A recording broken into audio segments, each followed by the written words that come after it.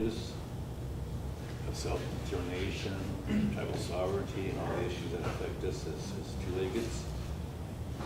But we're excited to look at that future, and whether you call it the next 50 or the next chapter, or we talk about 100 years, in terms of looking at the next generations, 7 generations. We're in the 7th generation right now, which is interesting. And so how do we carry that forward in terms of their place, their leadership role in developing? And the world's got quite a bit complex. You know, we had some good discussions yesterday, kind of about the history of things and how we are at today. And so we're looking at the forums now to begin helping us map out priorities.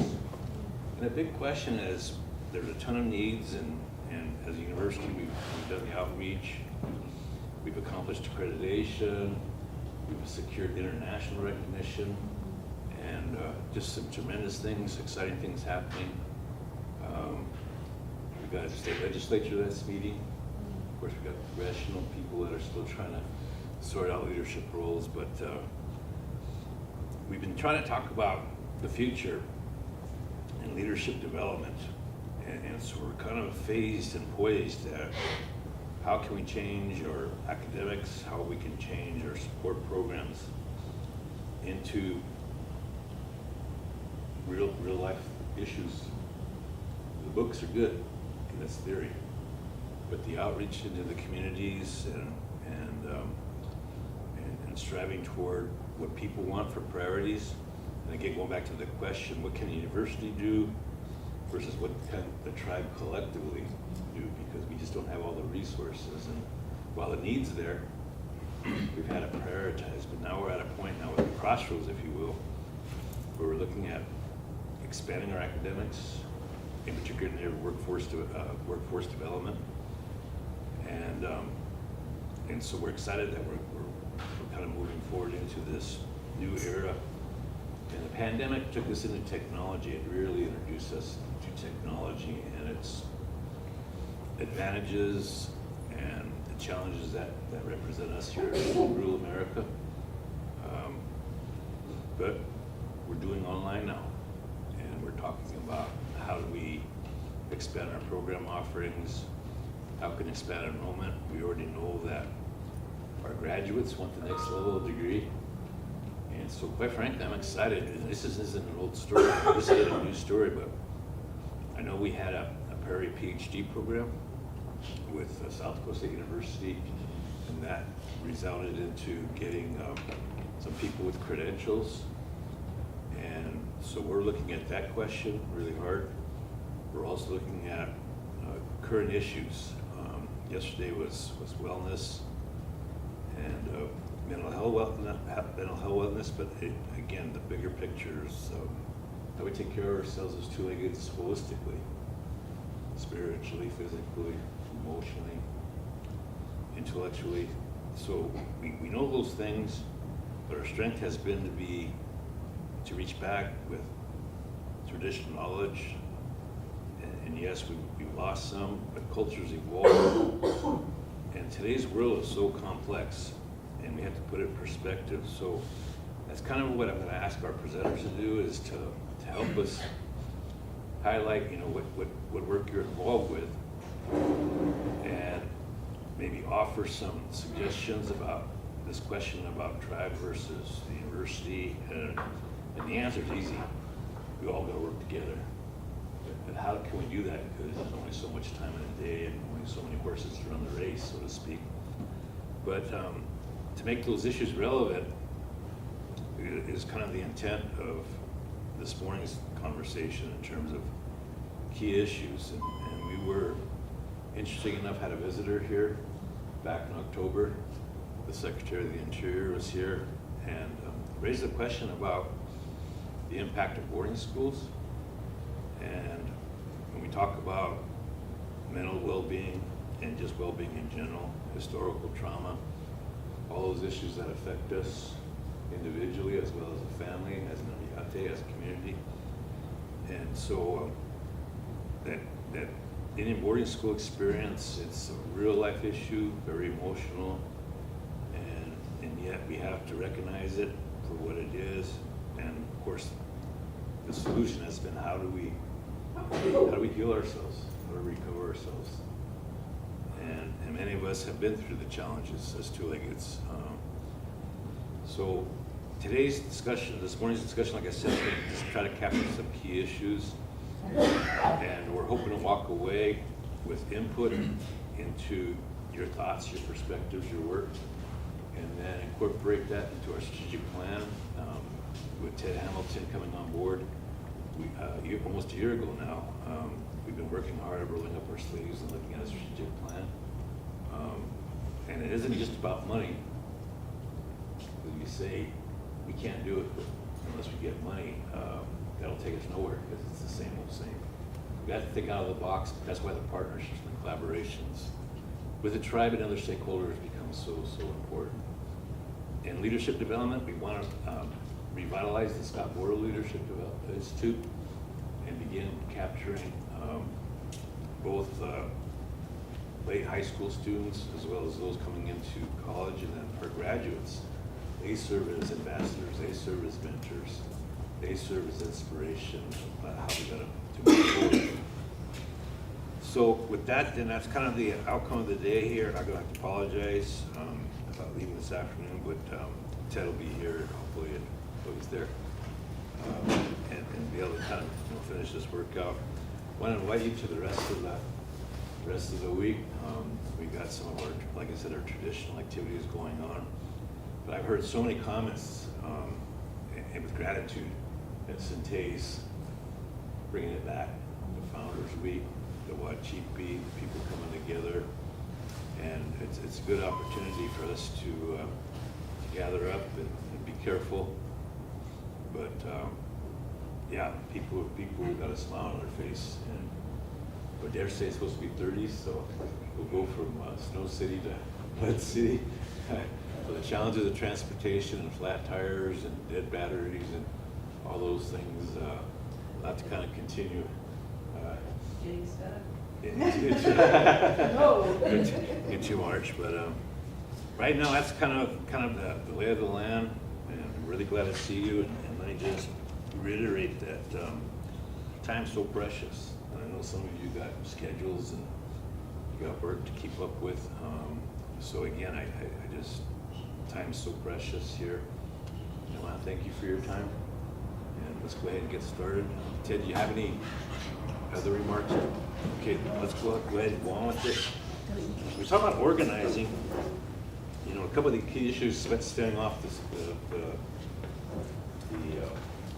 boarding school experience was MMIW. Now it ain't just women. Now it's all of a sudden it's people. MMIP, and we got even bigger issues than that. That's what we're looking at, what our young people are faced with. We spent some time talking yesterday about the role of males, not just as students, but what's happening to the male factor in our universe, and how we need to look harder at how we can bring that back in and look for a balanced community with male and female sides of the universe, coming forward. And I know there's some groups organizing, so the first thing we want to do is introduce Dr. Nora and have her share her perspectives about her work.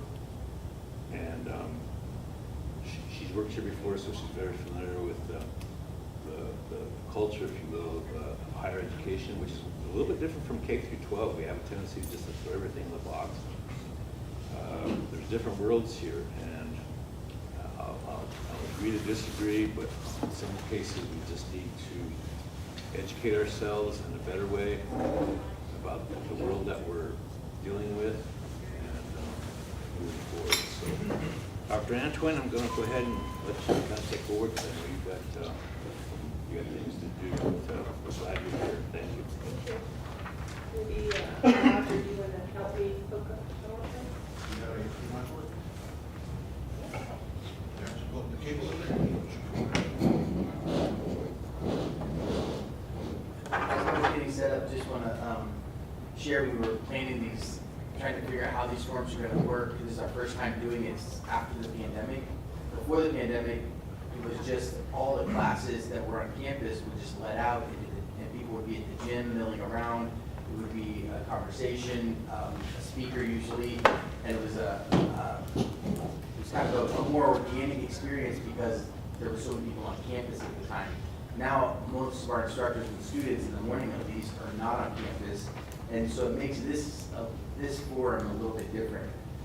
Yesterday, Roger, probably you know the number better than I do, but at one point I saw there were over 25 people that were online watching, and we only had like 12 here in the room. And so I think for future years, we have to figure out what that looks like to maybe shift the model a little bit to incorporate people that are online or trying to bring more people in. But we want to thank our presenters for being here today. And I think if it makes sense for you, what we ended up doing yesterday, because of the limited people here in person, was allowing the presenters 30 minutes to share, and then opening up a discussion and seeing where the discussion goes. We have some questions if needed to prompt the conversation, but we'll just let it be organic to start with, and then try to maybe give each presenter about 45 minutes to an hour, depending on where the conversation is, and then we'll switch to the next one, and we'll just kind of do it whole group style. So I want to say thank you very much to our presenters also for getting yanked around a little bit with dates and times, but still being here for it. So thank you guys.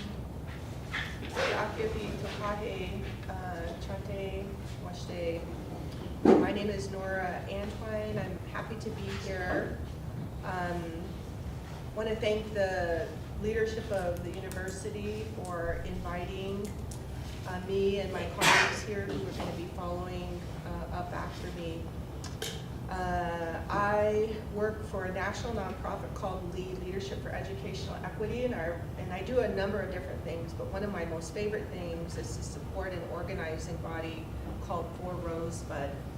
And I just want to preface this presentation by saying I designed it for actually 2 hours, and it was interactive, so I'm going to go through the slides here rather quickly.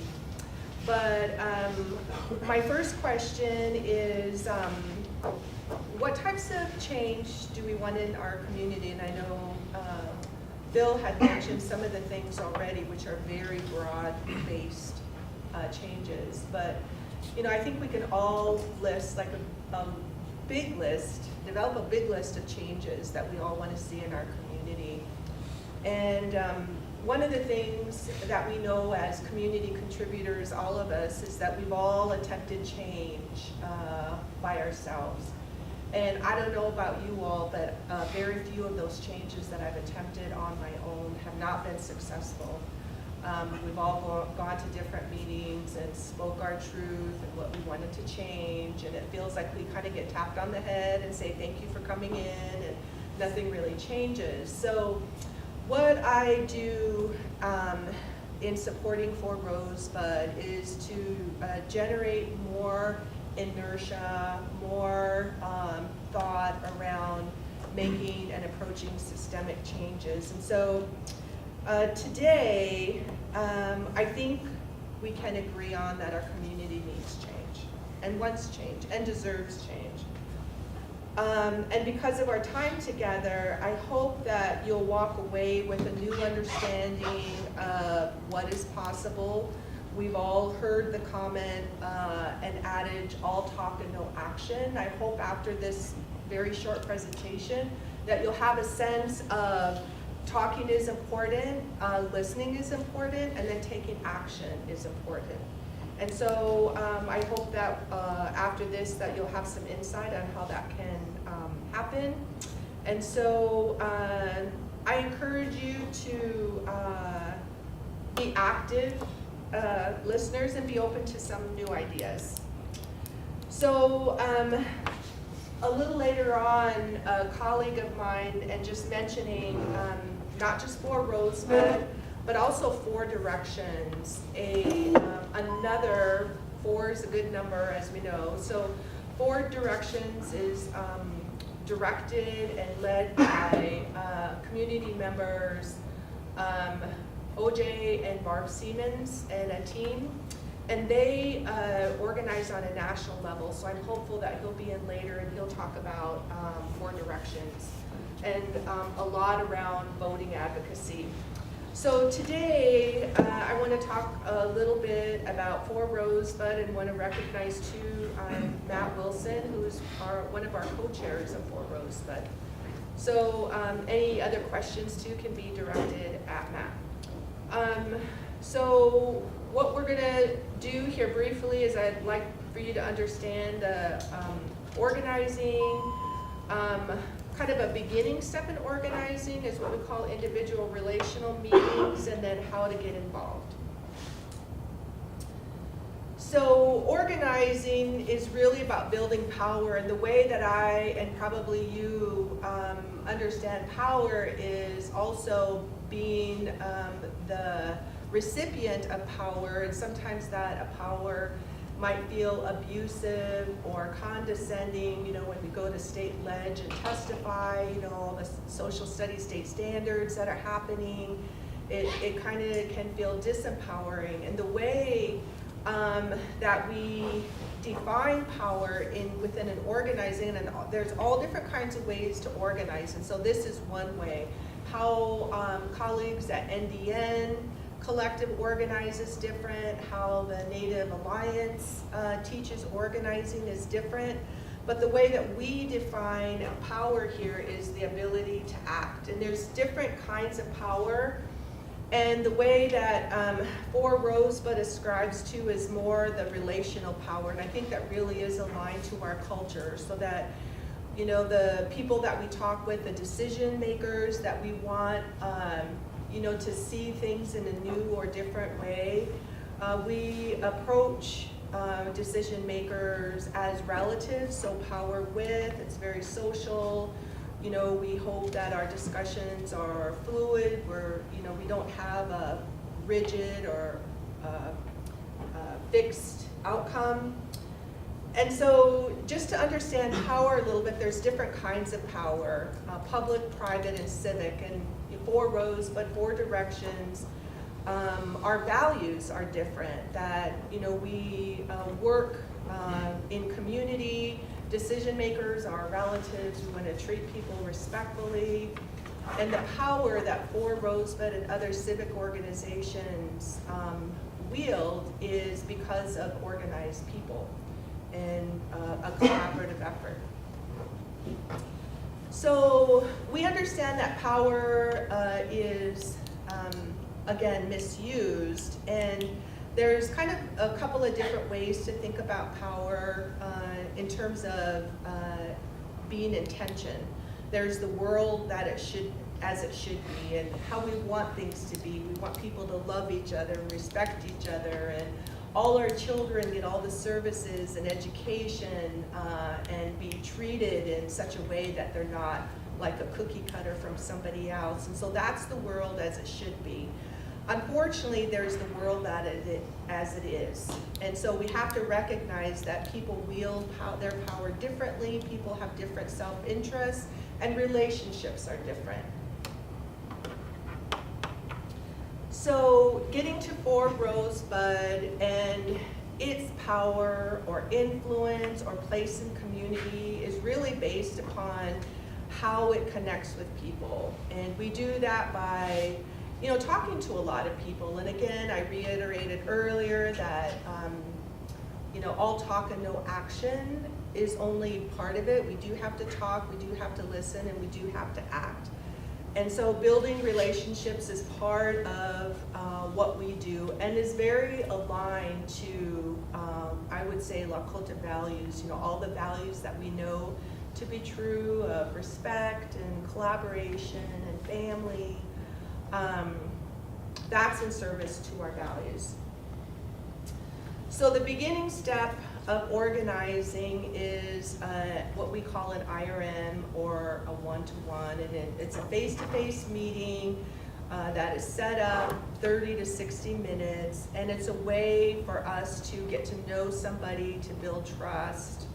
And it sounds simple, and it is, but you would be surprised. Morning. you would be surprised about the power of an IRM. And just a little side note, I know when I was first learning about organizing, and organizing is not new to us. When you think about it in our collective history of indigenous people all over the planet, Sitting Bull, relevant to us, think about his organizing skill set. He organized so much for big things to happen before telephone, before internet, and the relationships and the trust that other people put in him to command a force that he did. And so organizing goes way back for a lot of us. In more recent history and nationally speaking, sometimes I know when Obama was running, he was kind of flagged and kind of dissed by some, oh, he's just an organizer. But, when you think about the things that he wanted to accomplish, him and the policies ultimately as president, where he tried to really figure out what was happening to get young people involved, as a master organizer, that was quite the feat. So we use an IRM, and an IRM is basically setting up time with someone that you want to learn from. And oftentimes in organizing, of course, we develop and schedule IRMs with people who are decision makers. And so we just don't show up one day in front of Ted's office as now one of the leadership here at the university and say, hey, I want to meet. You might have a schedule going on. And so you want to plan, and this is really good for all kinds of kind of etiquette, especially for our young people listening. You want to prep your IRM, call, email, schedule a time, introduce yourself, who you are, why you want to meet, have some questions planned, and then you can ask them, well, who else do I need to visit and learn more about a topic? And then figure out what you need to do better next time. So we want to preface that an IRM is not an inquisition. It's meant to be very, though you planned it, it's meant to be formal, purposeful, time-bounded. You don't want to just talk and talk and talk and listen. Let them know what your kind of time boundaries are. And ask a lot of why questions. The other side of the screen, I'm going through this very fast, but if anybody wants a copy of the PowerPoint, I can happily share it with you. So there's a lot of things that an IRM has done. So part of the time that I was going to use today was going to watch a video. We were going to do some practice time, we'll forego all that because I want to be sure that my other colleagues have an opportunity to share their information. I will just say that with IRMs, it sounds like so simple, but I guarantee you, having convened and held so many different IRMs, that they can be very powerful spaces and set in motion very good relationships. And I'm talking about IRMs in the space of organizing, and the relationship is public.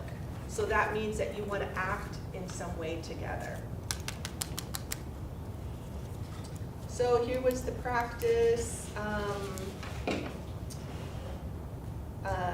And here are some people that I'm happy to support. And this is not the full list, but this is some of the 4 Rosewood leaders that we work with, and we've worked with others in the past. It's kind of like AHEC, it's a consortium. People join the group, and then it happens, and then other people come in, and that's the organizing cycle. So I know that OJ will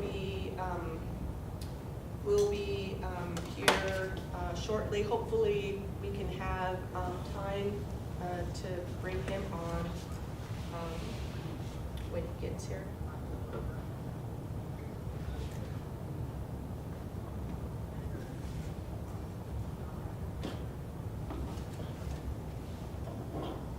All right, thanks. Thank you. Question. I'm intrigued by the word power. It's double-edged. And so how did the process come to talk about power? And I don't know if there's such a thing as good power, Yeah. bad power, Yeah. but what you're being is the outcomes. Yeah. So how did your effort to use that particular word versus say, and I'm not fluent, but a more traditional bravery, you know, whatever Yeah. would capture that same element of power, but also be culturally responsive and be proactive rather than invite the discussion about challenges Yeah. and who's in control. Thank you for that question. I think power, and the reason why I wanted to address it is because it can be triggering. And a lot of the reason why I think is because power has been wielded, you know, when you think of, you know, on MLK Day, they showed, I was watching a lot of the History Channel on the civil rights in the 60s, and they were using, you know, the police were using water cannons and dogs against peaceful protesters. And that was happening in the 60s, and I thought back to, you know, some of us were up at Standing Rock when the No DAPL, and I was up there just briefly actually at a Native Organizing Alliance training, and so didn't participate in, you know, the front line protests. But what we all seen on TV was the convergence of power on peaceful protesters. And so your point and question is well taken, and that power is very triggering for many of us. And so that's why I define power within the organizing cycle as the ability to act. But how we choose to act, because all of us have different, you know, sometimes we're powerful in one setting and not powerful in the other. Some of us sit on committees. The only time we have power is when we're in a committee, like on a school board or, you know, any other kind of committee. So I think part of the issue of power is one, learning or relearning other ways of, I guess, growing comfort with power, that it's okay to use power, especially in a cultural context when we're trying to make changes. And so, for example, some of the changes that For Rosebud has championed is strengthening, a seminal issue is strengthening Lakota language and culture in the schools. And, you know, I work in a national nonprofit where different organizing alliances, of which For Rosebud is one, has all kinds of different issues. The school to prison pipeline is something that a lot of other organizing alliances, not putting kindergartner children in jail is a real thing in some of our city schools. And so what For Rosebud did in part of its organizing, and again, the IRMs is just one step of many in our organizing cycle, but some of the issues that For Rosebud championed include strengthening Lakota language and culture in our schools. And you would think that on the reservation that would not need to be supported, but it definitely does. And so one of the things that through actually Sage Fastdog's leadership, a former co-chair on For Rosebud and now current Todd County School Board member, him and other board members developed, OSU policy was developed and the board passed it. And so now OSU policy is the policy of Todd County. And so in that case, you know, Todd County School Board had the power to act. And with, I think, some support that For Rosebud, education that For Rosebud provided, it passed that. Other issues include family engagement. You know, a lot of our schools and other programs too say they want family and community engagement but that's easier said than done. And so for Rosebud is working on that. Some burgeoning new issues. I know this is goes beyond your question, but I wanted to mention that 2 burgeoning issues at For Rosebud is elevating. And again, For Rosebud doesn't come up with the issues. By talking to people, lots and lots of people, they determine the issues. And so what we heard from the community, especially youth, those recently graduated, those still in high school, is that they wanted healthier school lunches. And some of you have maybe seen our sister, Oyate on Pine Ridge, the snapshot of the Facebook post of that little unshika lunch at one of the schools. And so many of our schools are in that condition of having very poor quality lunches. It's kind of institutional food. And, to the point about culture, we want our children to thrive in school and to be healthy, not just mind, but body, spirit, all the ways. And certainly For Rosebud is looking at championing changes in the school lunch program, but it can't fall on just, and this is where organizing comes in. Because if I'm the food services director at Todd County and I'm supposed to make all these changes, well, we all know as parents and grandparents, we can put broccoli in front of students, but if they don't have a very good relationship with broccoli, they're going to reject it. And this was kind of one of the things that I heard as a former school board member. Well, we tried putting healthy lunches in front of our students, but they don't want it. So want to really shout out Todd County. They've been an amazing partner. And they recently passed at a school board meeting, actually, Matt as co-chair presented the idea to the school board to develop a We Chose On E task force. And the purpose of this task force is to bring together more communities, including district personnel, other people who care about what our kids consume, and develop this task force to figure out what we can do as a community of people who care and want to see our kids. I mean, think about it. If school lunches were so awesome that it was actually incentive for kids to want to go to school. That's kind of, right?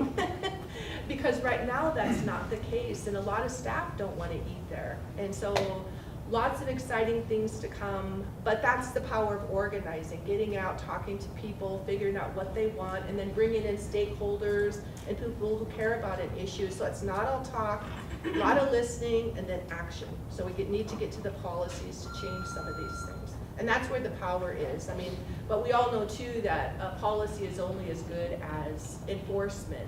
So if we have something that is carefully constructed and integrated into, many different hands, many different decision leaders, then we get the best possible outcome for. Yeah. So in terms of next steps, where does the leadership development come in after we identify the priorities and what have you? Because that's the key to the next steps is the follow-up, and you already talked about you can do a lot of talking and listening, which is good. Yeah. But those next steps are huge. Yeah. And it ain't just leadership, it's mentor, it's being relevant. So, if we talk about, in my experience organizing was get out the Native Vote Act, or get the Native voters out in 3 state areas. So we dealt with some of these issues, but again, trying to not promise, but just say, your next steps are gonna be this, and we're gonna focus on this, and put them in a critical inquiry process.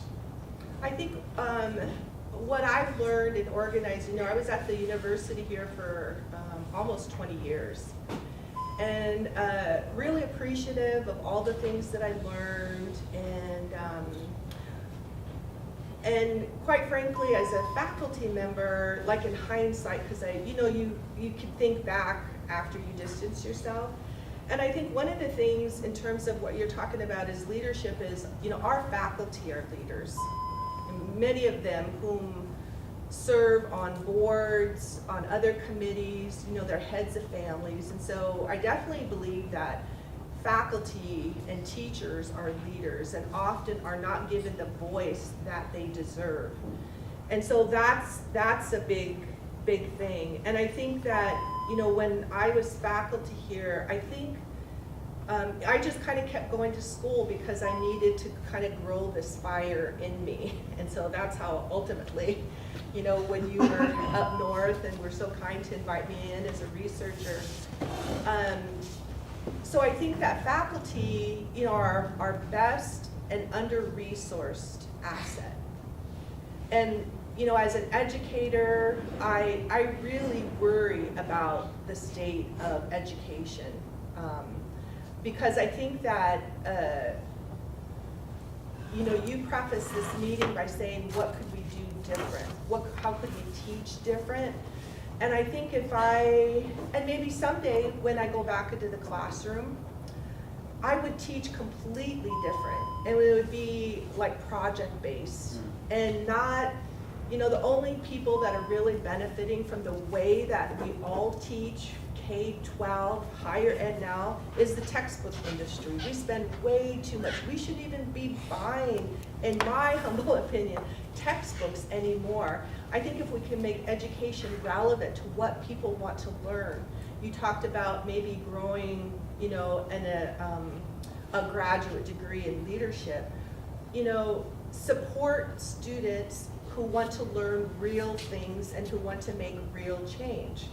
And I think we'll go much farther as a community. And I think, people who no longer want to teach in our classrooms will kind of rekindle that fire to want to teach in our classrooms again, because our kids need those kinds of leaders in our schools that are both academic and then also are very service-minded. And I think that's what I really lacked when I was here at faculty, is it didn't feel like there was support for me to really be a part of community. And I think our communities want that, deserve that, but not just like the talking to, like coming up with solutions. And that's why I think the forums, I was gonna be interactive. But maybe another time. Dan? I was interested to hear, you've been doing this organizing work for 5 years now, about. So coming out of the classroom where a lot of what we do is theoretical, it's relational with students, but it's talking about ideas, and then being in the community, in these spaces, in these meetings, what surprised you about the process of creating change? Or like maybe, or another way to say it, like lessons that you've learned along the way that maybe you didn't anticipate when you started the work? So I think what has surprised me,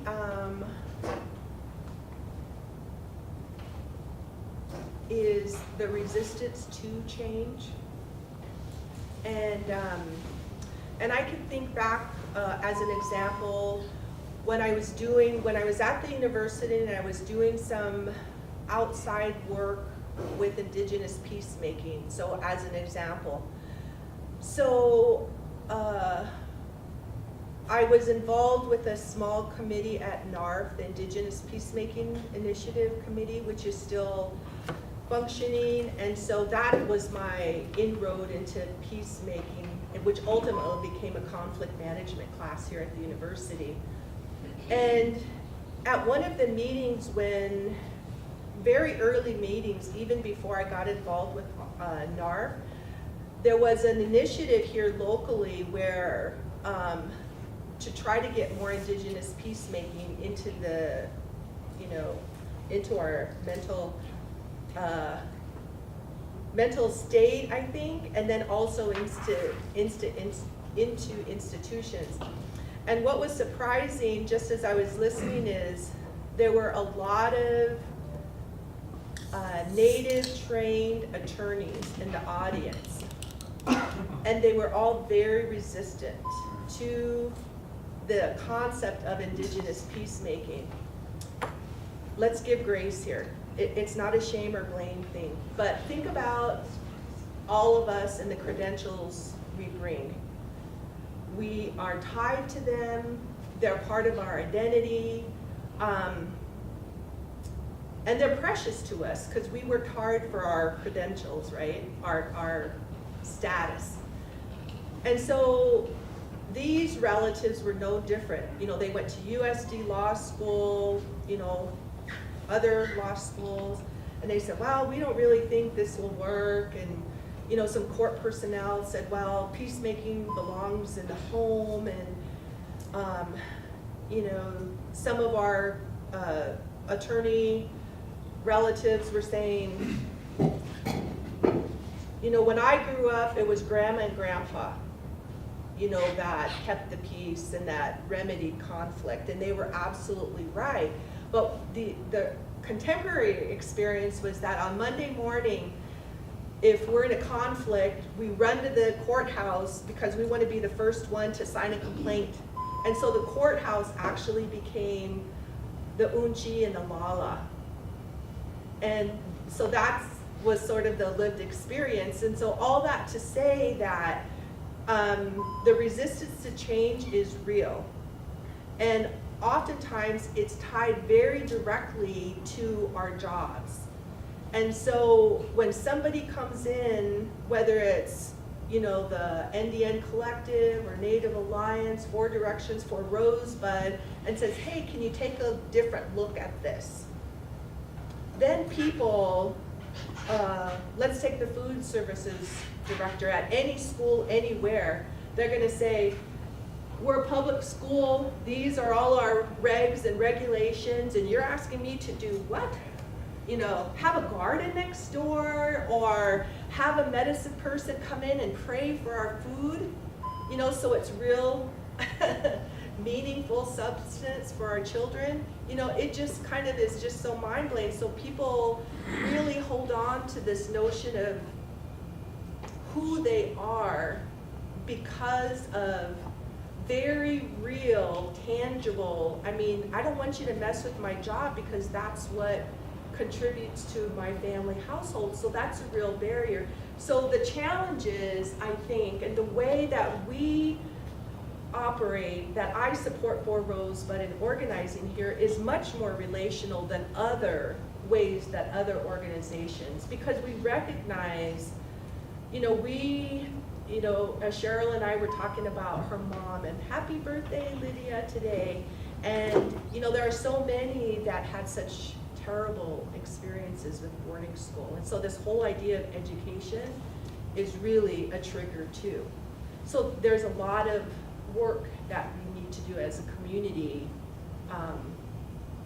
to address the resistance, because it is real, and to be like, it's easier to, I guess,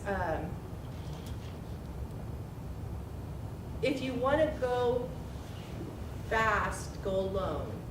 If you want to go far, go together. And it's always harder when you think about our traditional leaders, how they spent a lot of time building relationships in order to go far together. And so that is the thing that surprised me too, is how slow change comes, but when it comes, it's good stuff.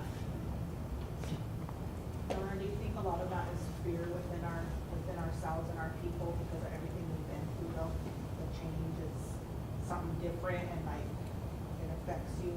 They don't know how it's going to come about, so that's what I look at. Like sometimes, or I see that it's people are just fearful for the change. They don't, and I think that comes with our generational trauma and everything that we've been through as a people. Yeah.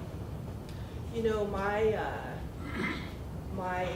degree program was through Antioch University, and Coretta Scott King graduated from Antioch. And so I'm really, have some, values that are very aligned, and, some awesome mentors, not just at Antioch, but my goodness, and family here in community. And the question was, is fear a factor in resistance? And by gosh, yes. I mean, considering what we've all been through, we're lucky to be here. And I think that, that's why I showed and wanted to really talk about the IRM process, because it sounds so simple at its base, but have a purpose, And the purpose is them knowing you and what you're about, and then also the other way around, so you know what their values are and their interests are. And so you can talk about, the various issues that come up in a way. And so you try to line out the bumps before you get to them, I guess, a little bit.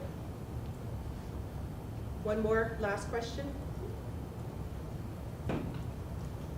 Oh, no. It was a doozy. Almost got through. Dan's going to Nicaragua. Mm. Throw Dan under the bus right away. Dan's going to Nicaragua because he has a family connection to Nicaragua.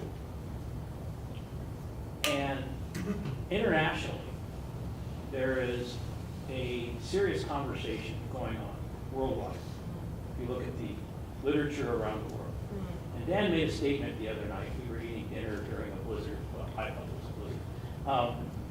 Down in Valentine, which is my summer or my winter home. So I snowbird in Valentine. And his comment was, it's really safe in Nicaragua for a Central American country. That's, I don't want to put words on it. It's pretty safe down there. Nicaragua is one of the most authoritarian countries in Central America.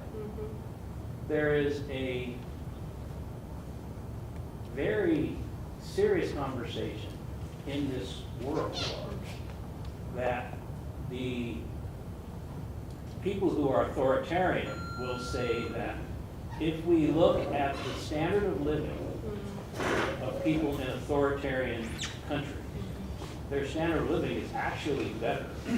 Look at what's happened in China in terms of getting rid of poverty, which, given they still have poverty, but they have 1.some billion people, and that they have overall raised the poverty level by having a centralized authoritarian system.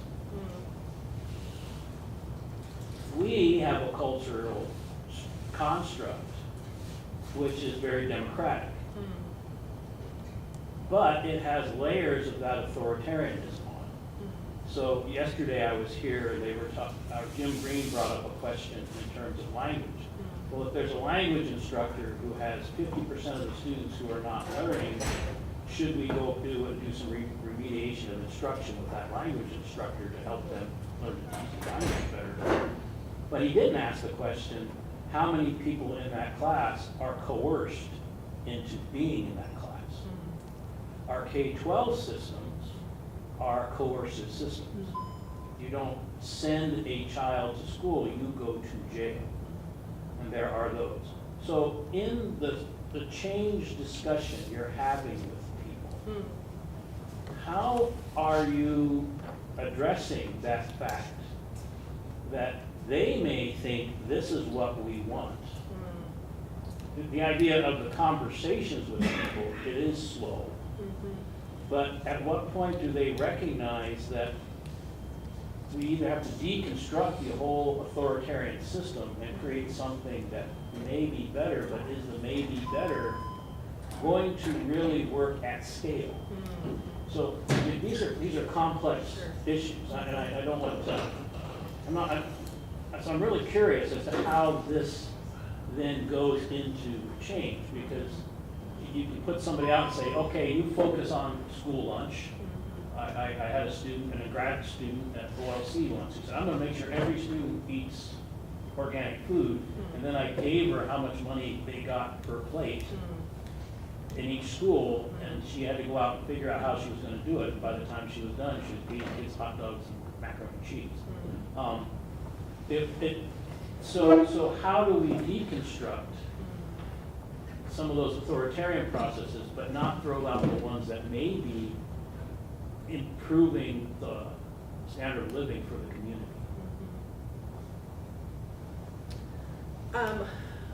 So three things. One, I think, the language, Lakota language reference, I'm totally going to sidestep that because that's for the Lakota language speaking community. The second thing about China and its standard of living, I'm going to push back a little bit because of the human rights. And I think what I know to be true about our traditional society is that there was so much choice. If we didn't particularly ascribe to a leader's viewpoint, we could just go off and go to a different camp. So, and this idea of wealth, anyway, I hearken back to, the wisdom that I try to invoke whenever I can of Lexi Albert and Marlise going to some big foundation and they being stumped by the question is, how does your community create wealth? And a lot of the Native leaders got together and there was a lot of discussion amongst them. And so finally they said, we can't come up with this idea. And so they came back to the community, and then when they, again, talking to people as they did, and what Lexi Albert talked about was the definition of wealth was what he prescribed or shared was, as I recall, was to be able to walk with respect, which was a completely different paradigm shift than what this foundation with all their money and, do things this way and then we'll continue to give you money. And so I don't know what happened with that particular grant or whatever, but isn't that a beautiful concept about, it's not about the dollars, it's about being able to walk with respect. And so I would just say choice has a lot to do with this, I think, and just to get on a bit of a soapbox here, I think the thing that is so missing in so many of our institutions is a spiritual base. We are so wealthy in Lexi Albert's terminology, as I understand it, because of the wealth of spiritual people that we have in our community. And unfortunately, I see so few organizations and systems taking advantage of that. Cheryl, you talked about fear. When you have a spiritual leader, I remember being out at a Sundance, there was some bad weather. The spiritual leader drove up and it was just the calm that surrounded this particular person that created a different, I don't say vibe, but an experience. And even though there was like, somebody's phone is going, even though there was like, little funnel clouds dancing above our heads, this person, because of his stature, Florian, you know who I'm talking about, just created this sense of safety and calm and things are going to be okay that was just really indescribable. And so I don't know about your question as much as I know that as a community we have the resources, we have the wealth to tap into these kinds of resources if we're brave enough and if we want to do things, I would not say differently, but I would say as we're supposed to, because I think it'll help everything. Once we all feel safer, we feel calmer, and the pandemic has done a lot to our children and to our teachers, and then these crazy anti-CRT policies, don't get me started on that, but yeah, education needs lots of help, so thank you, everybody.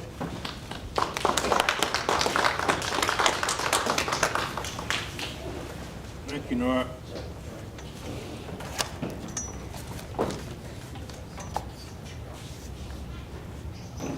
To those of you just joining us, we welcome you here to the SGU Founders Week celebration program.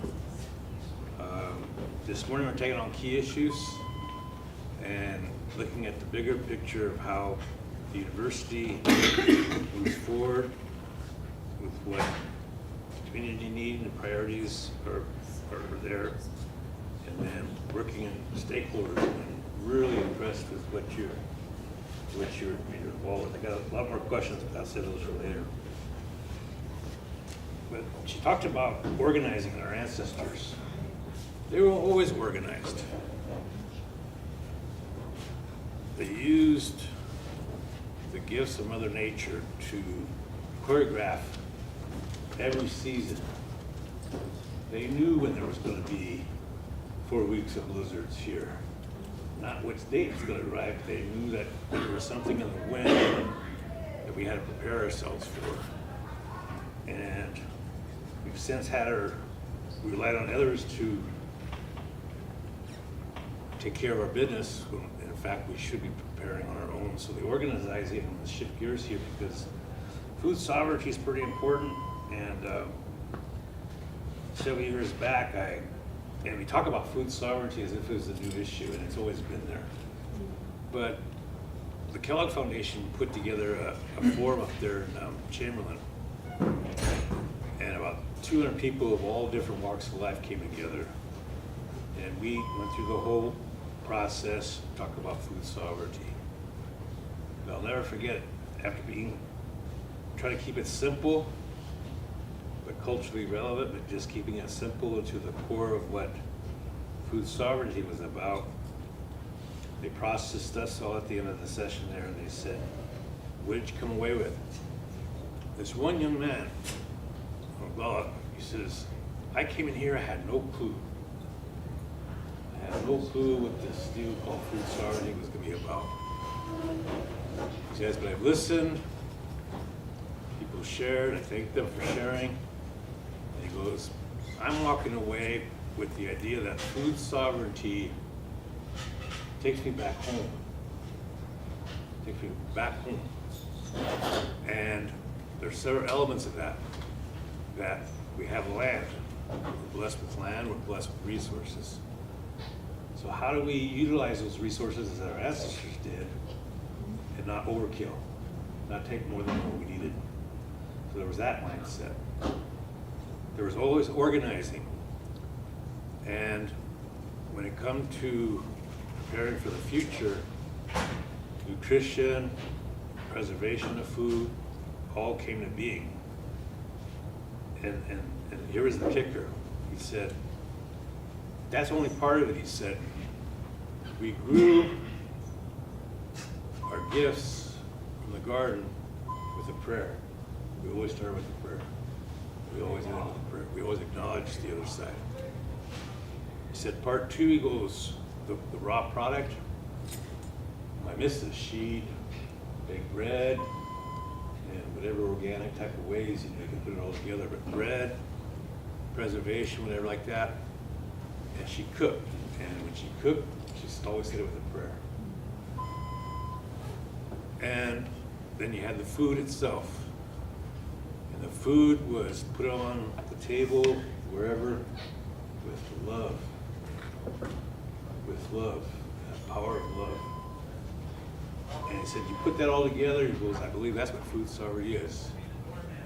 We utilize resources here that we're blessed with. We acknowledge it. I wouldn't use the word power, but we acknowledge the strengths of what we're getting. There's prayer, there's love, and we sustain the land and we sustain ourselves. Fast forward to 20-some years ago, Aritacha, by now, he said he brought some medical doctors to the reservation. And that doctor spent a couple of days. He said, Lionel, you got a storm coming. I mean, a huge storm. And he was making reference to our dependence now on C-stores and all the food. I don't want to say nutrition, but all the food coming out. He says, you're going to have a diabetes problem here in the immediate future. And he goes, and he was articulating what would happen, the symptoms, whatever like that. Quite frankly, what do we see today? Everything's the C-store. And so we've made efforts collectively, individually and collectively, to look at this thing called food sovereignty. And on the rules, but they're a real gem in terms of bringing things together. And so we want to talk about that because many Wachonian, water's life. You can't live without water. You can't live without food. We can't survive without the land. And so how do we capture what we need to do to sustain, preserve, and make ourselves healthy? Did I get that right?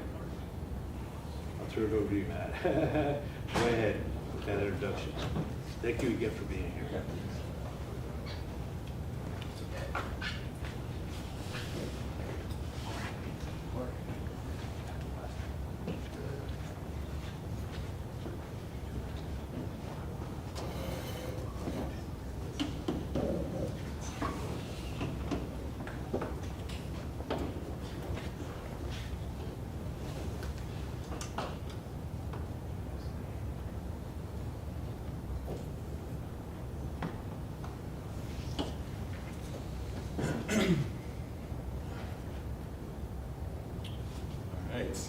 I'm a deputy, Matthew Wilson, Manchapalo. Chanti Washten, pictures up below. Everyone, my name is Matt Wilson. I'm the Food Sovereignty Initiative Director at Sichanguko. I'm a tribal member from the Nizai Sanla Oshbaye Animal Community. I've been in my role as Food Sovereignty Director since 2019. Before that, I started out as a Mercor Vista volunteer. I went to college thinking I wanted to pursue a degree in healthcare, but I quickly realized that's something I didn't want to do anymore. So for a long time, I was like wandering around, not knowing what I wanted to do and what my purpose was. And so in 2018, I was living in Arizona at the time, and I saw an opportunity to volunteer with the Food Sovereignty Initiative.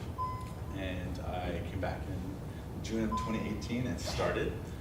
And I really learned a lot that first year, and it really pushed me to want to pursue this like path around food sovereignty and understanding what that means for us and what it can do for our community. And so that's kind of like a little bit of background story about me. I created this presentation to be a little bit more interactive, like how Nora wanted it to be.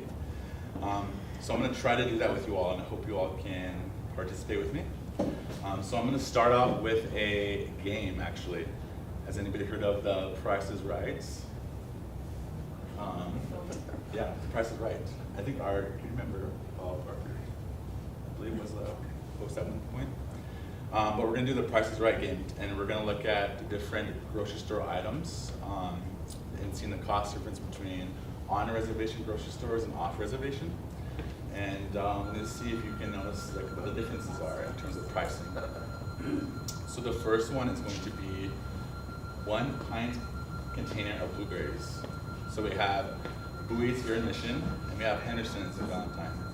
Does anybody want to take a guess at what the prices are for both of them?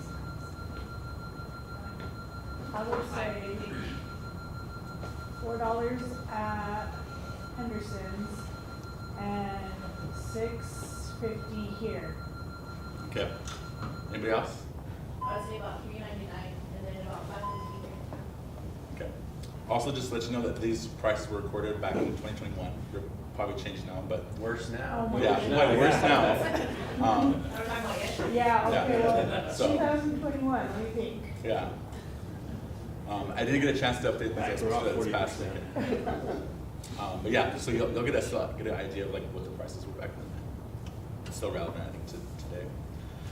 So for Bowie's, it was $4.89 a pint, and at Henderson's it was $3.55. The next one is going to be zucchini and yellow squash, and this is the per pound cost. Anybody want to take a guess there? Per Well, pound for last zucchini. week at Henderson's, there were two for $2. I mean, just recent prices for Yeah. both of them, but I don't know. Can you find them here in Blues?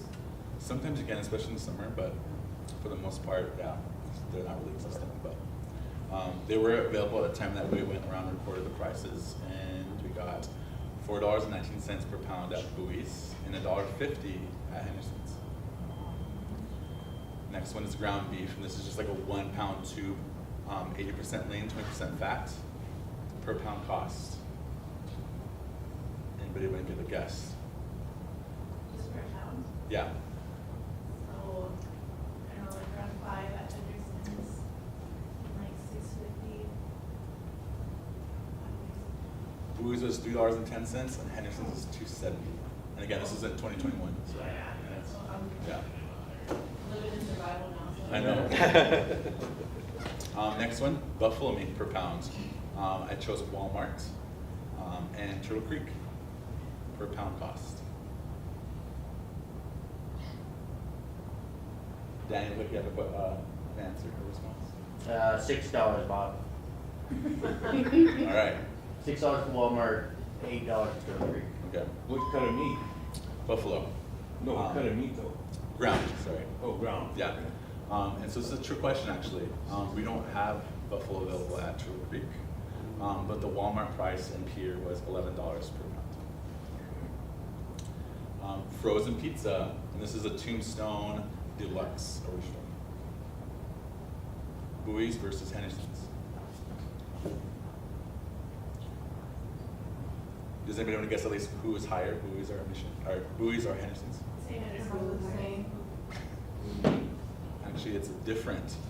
Bowie's is cheaper than Henderson's at the time. This is for processed foods now. Like 4 food groups. Yeah. And then the last one is a party-sized bag of Lay's original potato chips. Do you think the Bowie's price is lower or higher than Henderson's? Yes, Bowie's is lower than Henderson's, so it's $3.99 per bag, and Henderson's was $4.55. So the question is, how did we get here? How did we get to this point? So I like to share this presentation with our youth interns when we have them during the summertime, and our WIC interns, which is our adult interns, that are with us for 8 months out of the year. So we talk about buffalo and its importance on our food system. As Lakota people, we were buffalo people. You know, our economy really thrived and really, thrived on buffalo, not only just for food, but for our economy. We use it for trade, we use it for tools, for clothing, for shelter. And so the U.S. government knew that, and so that was the first thing that they targeted was our food system in order to make us dependent. And so they targeted buffalo. There's estimated around 60 million heads of buffalo that used to roam the prairies. And it got to the point where they were almost extinct. They were endangered. But just like buffalo, I think Lakota people or even indigenous people in general are kind of mirrored in the fact that we also had large populations of indigenous people across Turtle Island. So it's really important just to see like the systemic, genocide of buffaloes was targeted because they wanted to, reduce our numbers as well.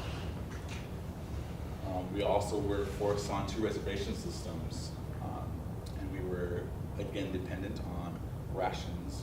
That's where the commodity food program came from. And those foods were just a really, so completely different from our diet. Our diet was rich in lean foods and the biodiversity and the amounts of like vegetables and fruits we were eating, to not having to go eating flour, processed sugar, corn syrup, processed meats, things that are really high in sugar and salt. And as we know today, like what the effect of that had on our health. We have a higher rates of diabetes, high blood pressure, heart disease. I can go on, but I'm gonna stop there.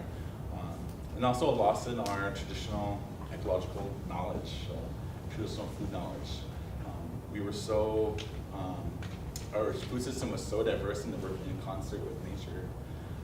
It's because our elders and our ancestors knew how to, live in that system, be a part of it, not own that system. We were able to preserve our food so that we can last throughout the winter. We hunted and we gathered. So these were all important things that were passed on to the next generation. Because like boarding schools, as we know, like that was stopped, and with that, our language as well. So now we're jumping to today, and the food we have today that a lot of people love are hot Cheetos, our soda, our pickles, Indian tacos. If you were to ask anybody what is a traditional food, a lot of times people will say fry bread or Indian tacos. I would say it's a cultural food now. It really came out of a time when we had to be, in survival mode and really use those commodity foods that we had at the time to create something that is fry bread and Indian tacos. So I like to think that we need to get away from using the word traditional foods, I think. I like to think of like 7-gen foods, really taking like indigenous ingredients and indigenizing the recipes that we have today, and seeing like what that could look like. But again, going back to food sovereignty, I think a lot of this started out with a vision, and really using the 7 generations kind of vision, the 7-gen vision. Phil, I think you said it best earlier that we are actually in the 7th generation. So it's important that we know that 7 generations ago, our ancestors prayed for these changes to come about, and we are that 7th generation. And now we're having to think about what does the next 7 generations look like. And so this is what this vision has come about of, really identifying like, what does language look like? What does our food look like? What does our education or housing look like? And I think for us, the important thing was starting with food first. Food has the ability to really connect us. We all eat, so in that, we are connected by that. But also food is like really interdependent and interconnected with all these other systems. You can't have food without health, without education. So it's really important for us to start with food first. And so we created this vision for the year 2050. That's this is first generation in the 7-generation plan. And we really looked at what does our community look like in terms of culture, policy, technology, environment, and climate change. And we created this vision. And this whole vision was an invitation for communities across the world to submit their vision for what that vision looked like in the year 2050 for the communities. 1,300 applicants applied worldwide. And we were one of the 10 finalists or 10 winners. And so there was winners from different African countries, India, South America, and then there was 2 in the US. And us being Rosebud, a small community on the map, it was really, really cool to see that our vision was selected. And I wanted to share a little bit of that vision with you all through a video. 2 years ago, Rockefeller Foundation, who put on this actual prize, invited a group of a film crew, I guess, to come out and like really film our community and kind of share what it is that we're trying to do here with a greater global audience. So it's a little clip of about 6 minutes. And then also just wanted to share that this clip is also part of a larger 2-hour documentary. It's called Food 2050. And it's a documentary that's hopefully going to be releasing later this year. And I think they're trying to get it on like Netflix, or like a bigger, like Amazon Prime or something. So I can't share too much about it right now, but I'm hoping that it's really soon. But here is a sneak peek.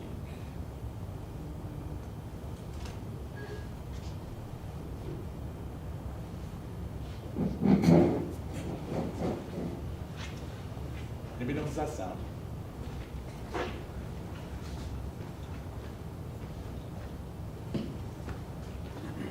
If you want.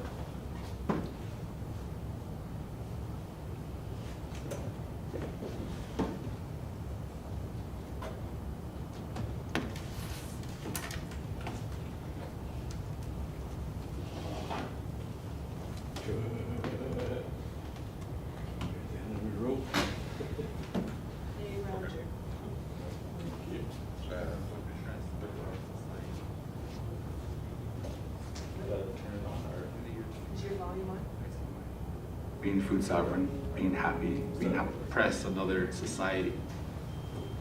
You control their food. In the year 2050, I see my people being food sovereign, being happy, being healthy. Food is medicine.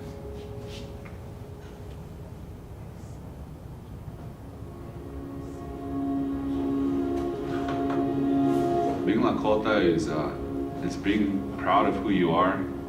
It's being a good friend. It means that you're going to share the teachings that you were taught from your family. It's almost like a responsibility. Be a good relative. But it's a challenge. If you want to completely subjugate and oppress another society, one of the first things that you do is you control their food. Beginning with the mass slaughter of the buffalo, about $2 trillion worth of wealth has been extracted from our people. We still tried to maintain some of our hunting practices, but we were still dependent on treaty rations. Food and the access to our treaty rations was used as a means of control. In order for us to regain our power, we have to regain our food.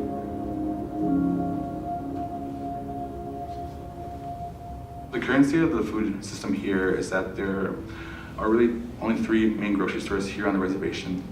The community members there have to make round trips of 20 to 40 miles just to get to a convenience store or a grocery store. The produce that you find isn't the best quality. People also live in multi-family households. They're more concerned with quantity versus quality. And so a lot of times people are having to get whatever they can on their budget, and unfortunately what's cheapest right now is a lot of processed foods. Traditionally, Lakota people weren't known for being farmers, we were known for being hunters and gatherers. I would say that we are making farming a new tradition for us. So our 7-gen plan is how we see everything playing out in the next 7 generations. And how do we prepare for that? How does our food look? Where's it coming from? The concept of 7-gen is ancient, referring back to the genius of many indigenous populations, that they were always thinking about the future. 7-gen is one of those concepts that really have the potential to create the kind of environment, the thinking, and the hope that our communities need. Because we started with food first, it was really easy for us in terms of planning for the first generation, which is the next 30 years. The Sichanga Food Sovereign Initiative is meant to help our community members learn how to grow, produce, harvest, and prepare their own foods. We're working with some new entrepreneurs who are part of our Beginning Farmer and Rancher Development Program, who are really interested in starting their own business. Passing down this information has to start with our youth. So we're always really excited to get youth up in the garden area and teach them how to grow their own food, how to harvest it.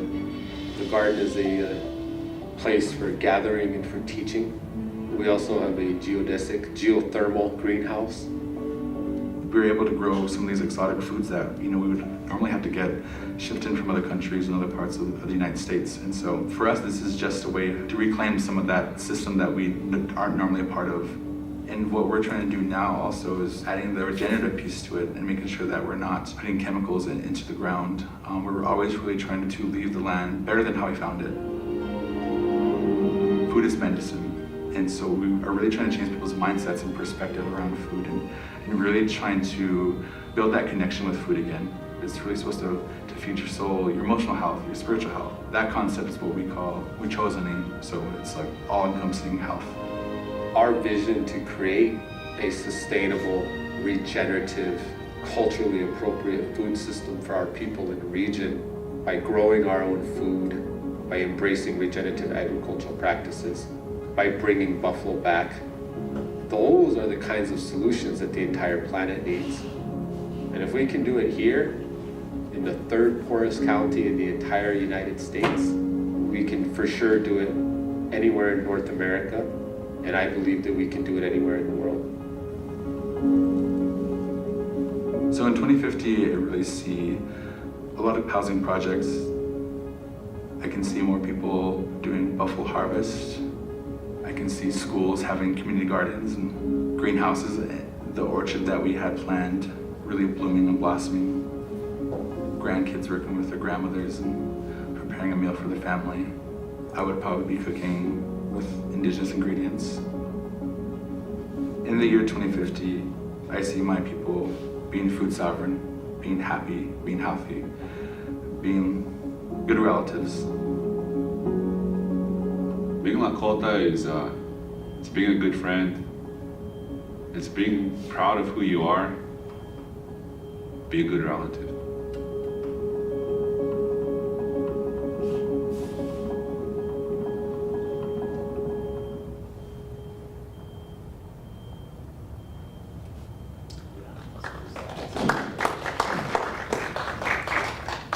If anybody wants to watch the rest of the 9 finalists or winners, you can go to food2050series.com.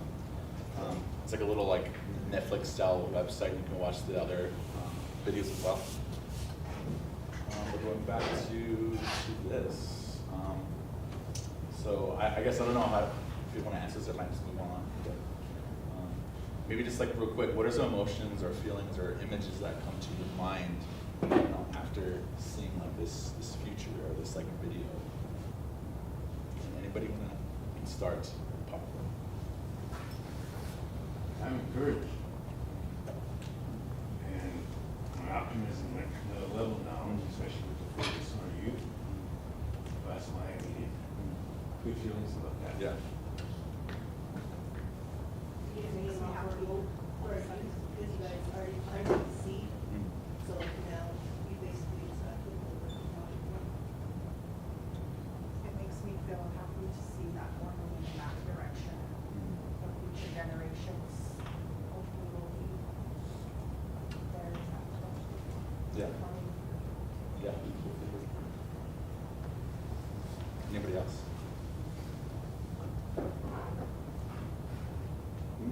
Nora said, not just talk the talk, but walk the walk. So to see both pieces come together is really inspiring. There's so much work, so many people's time and energy for the last 10 years to make that come true on screen. And what's growing out of the ground to make that true, but then also to know that vision is there too. Those two pieces, it's cool to see together. Yeah, thanks for saying that, Dan. I think one of the important things that I was going to stress is that, you don't have to work at Chongo to do food sovereignty work. You can just be a community member, learning how to cook your own food, learning how to harvest your own food, starting a garden. Some of those things are kind of scary because we aren't used to it. But I think just getting over that fear and just doing it and learning each time, each year, and just growing from that. So I think it's really important. That's like a message I always like to say to people is just, there's no better time to start than today. So Matt, in terms of the future, and just so you had a magic wand, have you entertained or engaged in a discussion about what ifs, and the what if here is get rid of all, ban convenience store food? What would that leave us with, and what would we have to do? Is there any discussion about that? I don't know if there's any discussions happening. I just think my personal opinion, I think that's like a bad idea. I think we already have community members who are struggling to eat today. And I think with food sovereignty, it's generational and systems thinking. So we gotta always be concerned about having enough food for today, but also how we have enough food for the next generation. I think analogy is teach someone give someone a fish and they'll eat today, but you gotta teach them how to fish so they can feed themselves and their family.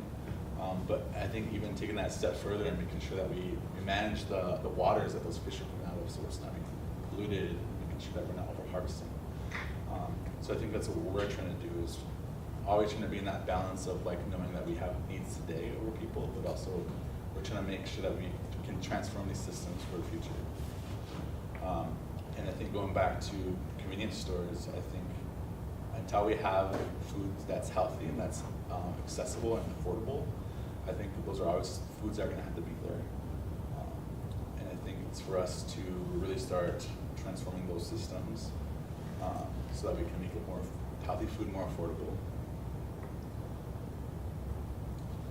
Any other questions?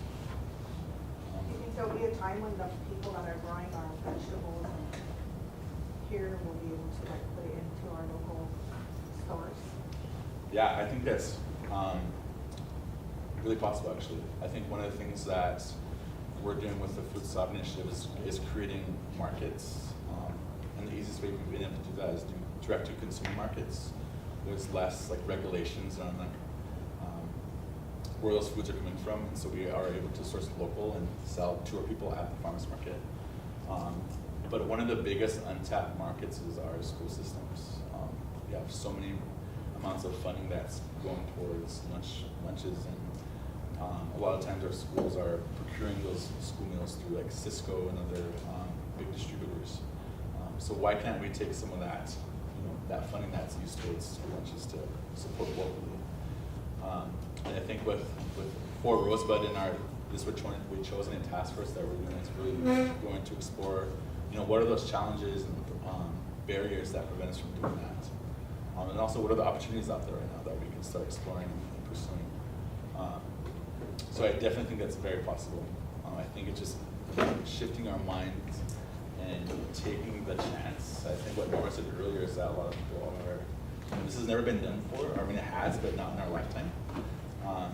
And so I think we just gotta start doing it and making it a priority. And like Dan said, walk or talk. I think is what's really important as well. And also knowing that some of these, this work towards changing these systems we might not be able to see the end result within our lifetime. Some of the work we're doing today is going to be happening for our grandchildren, our great grandchildren. So I think going back to like the 7-gen plan, like what is 7-gen anyways, and like what are like our principles around that? And a lot of it is generational thinking, acting in the best interest of our great grandchildren's grandchildren, making moral and ethical decisions. A lot of times businesses always say like people, planet, and profit. I think those are like a good triple bottom line, but I think adding the fourth bottom line is people, planet, people, profit, and then like indigenous. I always like to add up the fourth one, I think, in terms of climate change. 80% of the world's biodiversity can be found on the 20% of land that's occupied and managed by indigenous people. And we are also like the lowest amount of population compared to our other like racial counterparts. So there's something there around how we have a relationship with our land and what we're doing to conserve it. So I think I always like to push people like, you need to start investing in indigenous people and in their solutions. With our Wolokota Buffalo project, for instance, that is just one solution that came up from community members wanting a better relationship with buffalo. People wanted to have more buffalo meat in their diets as well. So we launched that project and not knowing where it would go. And 2 years ago, and during the pandemic, we launched the first 100 buffalo, getting to the point today where 2 years later we're at I think about 1,200 heads of buffalo now. And so we're able to do more of those community harvests where we're able to have the buffalo meat going into our Okainja Kitokiachi immersion school. And so that's like a hyper-localized food system where we know where the buffalo meat's coming from, how it's produced, and where it's going. And so I think being able to have like a proof of concept of like doing that with one school, I'm hoping that'll really open the minds and really encourage other school systems to want to be a part of that and have buffalo meat and other local foods in their school lunch program. So that is just one of the projects that we're working on too. I'm gonna quickly go on. I know I'm taking a lot of time, so I apologize. Just wanted to share what else we are doing with food sovereignty. So we have our Kiwakpala Gardens, a 1-acre teaching and production farm located behind Turtle Creek Crossing. I'm sure most of you all have seen our dome, our geodesic greenhouse. I would invite you all to come up there anytime when we're operating. We like to have more people up there. And the greenhouse especially is a pretty cool space. We have a lot of tropical plants, like I don't know if you saw in the video, but we have a banana tree in there, fig tree, lemon tree, hibiscus. We also use that space to store all of our seeds and starter plants for the growing season. And then we also just grow outdoors, and we do like mixed vegetable production. And so a lot of our food that we grow goes into our farmers market. Seasonally, it's May through October in Mission. We're hoping to have a second location this year in Rosebud. So yeah, that was just some ways we get food out to the people.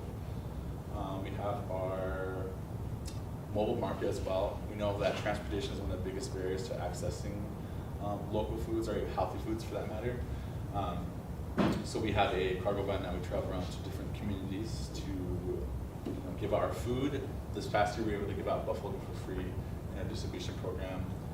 We also aggregate, so we also like collect other produce and food products from other like vendors here on Rosebud that we sell at that mobile market. We do a TSA program, which is a Traveling Supported Agriculture Program. It's kind of a play on CSA, which is a Community Supported Agriculture Program. And the way that works, it's like a subscription-based program, so people can pay upfront for a weekly share of different produce. And then in the past, we also included regional food products from other indigenous producers. So in this picture, we have some coffee beans that was roasted by an indigenous coffee roaster out of the Bay Area in California. We have our wellness coaching program. It's a pilot, and this is our second year going to be doing it. We are partnering with the Wellness Center, TPP, to do a 6-month holistic wellness program, really looking at how to make healthier choices, how to learn how to exercise better. So we do like cooking classes with them, nutrition classes, and then as an incentive for joining, we give out food prescriptions or like vouchers to be able to use at Turtle Creek or at the farmer's market to purchase fresh fruits and vegetables. We do a lot of youth engagement. We have our 7-Gen internship program that happens every summer. This past year was a 10-week program, and I think this year we're looking to shoot for 7, trying to keep in that lucky number 7 4s. And so, yeah, we're just trying to get more youth engagement to like make sure that we are investing in our youth and making sure that they're ready for leadership positions. We have our farm apprenticeship program. We actually have Echo here, who is a past participant. So our goal is to increase the amount of tribal food producers by teaching them how to grow their own food. And so they work with us 8 months out of the year to learn how to produce food, and we pay them to learn how to produce food with the end goal of hoping that they will start their own farm or food production. And then upon completion of the program, they get $5,000 to buy all the supplies that they would need to start their garden or their own food production. We do pilot farm to school, so we work with our immersion school to do different recipes around how to incorporate buffalo, how to incorporate deer and elk, and other like local foods into their lunch program. Yeah. Lastly, the kind of just I talked about it already, but that 7-Gen vision is kind of is what's guiding us. So yeah, that's my presentation. Any questions? Wondering what you're seeing in terms of stakeholders and generational. We attempted to put our Christmas Elders program, rent supplies and meat. And interesting enough, they preferred the turkey, the ham, the roast beef. And I think that's an impact of the boarding school. They took away from that diet. Yeah. Some of our elders, they see it as wild game and they become just disconnected with that as the Walmart, the original Walmart, and what have you. Have you felt that in your planning in terms of those perspectives and what the future's gonna hold? Yeah, definitely. I think a lot of it is like creating those relationships with those food first is really what's important. You can't just give, like Nora said, you can't just give someone like a plate of broccoli and expect them to like it. You know, it would seem so intuitive that just giving someone buffalo meat that is something that our ancestors have been eating, that we should automatically like it. But this isn't the case. We've had generations upon generations that have been eating, you know, cattle and turkey, like you said. We've been eating these foods that weren't part of our diets. And so to reintroduce them right away, it won't work. So I think it's really important to really get our youth involved too, because their palate's so, at the starting ages, are really expanding upon it, what the palate is, the food palate. So I think involving them is really important, and having them really see like where that buffalo meat's coming from. So we invite our youth at our school to come out and be a part of the buffalo harvest. We also invite community members as well to come out and be a part of that harvest to see like where their meat is coming from. I think it's so important if you're going to eat meat is to see like where it comes from and being part of it. I think it gives you a better understanding and respect on where your food comes from and how it's grown and who harvests it. So I think it is really just creating those relationships with those foods. So it's going to be important. And then adaptability. We're in 4th year of a drought, and climate change is upon us. What could you say about your thinking or the program thinking about not just today, what we got to overcome, but looking at what might be coming with issues like climate change? Yeah, I think we did a report, I think several years ago, around like what does climate change look like in the next 50 years. It's actually supposed to be a little bit beneficial to us. We're supposed to get more precipitation. It's supposed to be more. We're supposed to get more all at once, like we're seeing today with blizzards and with flooding that follows it. We're supposed to get like a climate that looks like southern Iowa, so it's more like swampy, more humidity. In the short term, that's going to help us with the amount of rainfall. But in the long term, it's going to shift again and to eventually get to the point where, like our USD hardy zone is not going to be like I think we're 4.5. I can't remember what it is, but it's going to shift. So all of our native plants here are going to have to adapt, and we are too. But so do our systems. I think one of the things we're thinking about with our program is really starting to do more seed saving. Really creating those seeds and harvest them year after year, reusing them so they get acclimated to the climate and to the land. I see that being a really big strategy for us. I think buffalo obviously is going to be a big strategy. These past years, we've already seen the ecological impacts that having buffalo reintroduced on the lands, increased biodiversity. Some of the bare spots that we've had on the land has been decreased. Some of our natural and native buffalo grasses are coming back as well. And so that's just something that we've seen in the past 2 years. And so imagine for the next 10 years, what just having buffalo reintroduced back to our homelands could do. Yeah, so those are just some of the things that we were thinking of. Another is like a seasonal extension model. So we use a greenhouse, but we also use high tunnels, which help us to start our food production earlier and help it extend longer in the fall. So those are just some of the models that we're looking at. Another big key to that too is regenerative agriculture as well. It's like a big buzzword right now, and we're worried that it's going to become co-opted by larger, big ag, whereas regenerative agriculture is actually founded in indigenous lifeways. We're worried that it's become skewed and become something else. So listen to Weezy talk about agriculture to farmers culture, and it's not narrow, but it's focused on this, but it's an open doors. So the $1 million question is, I'm sure you can eat hemp, but what's the place of hemp on the Rosebud in terms of using the land for production of this particular? Yeah, I don't know too much about hemp. I know there's like hemp fiber, and then there's like hemp that's used for like CBD oil, and there's hemp that's used for grain. I don't want to consider like a silver bullet by any means. I think it is something worth researching and looking more into. There's a lot of like sustainable methods around construction with like hempcrete, use like a hemp-based concrete. So I could see that being something that we can start utilizing in our homes. We all know that there's a big housing disparity here, and so I think once we start looking at how much homes we need to, supply for our community members, why not look into sustainable products and material?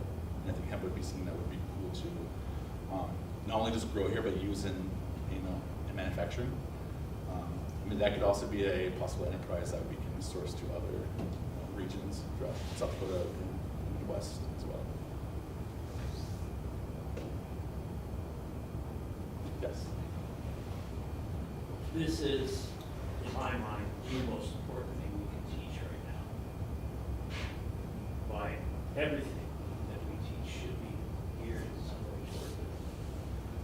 But Nora just talked about systemic thinking and how we look at the realities of people who need to make some changes. I taught geography, and 2 generations ago, if you look at a map of the reservation, people's homes were next to water sources. If you ask somebody, where's the old place, they'll talk about an old log cabin, usually next to a creek or a riparian spring. But now everybody lives in the ditches. It's a term we use back home. Everybody lives in the ditches. They're living right next to a water pipeline, or they're living right next to a paved road. They're not living out in the country.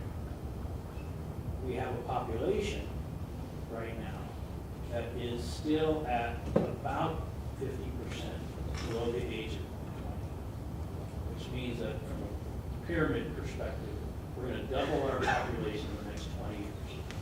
So we're going to have twice as many people living on the same land base in the next 20 years. I look at what she built, some great stuff.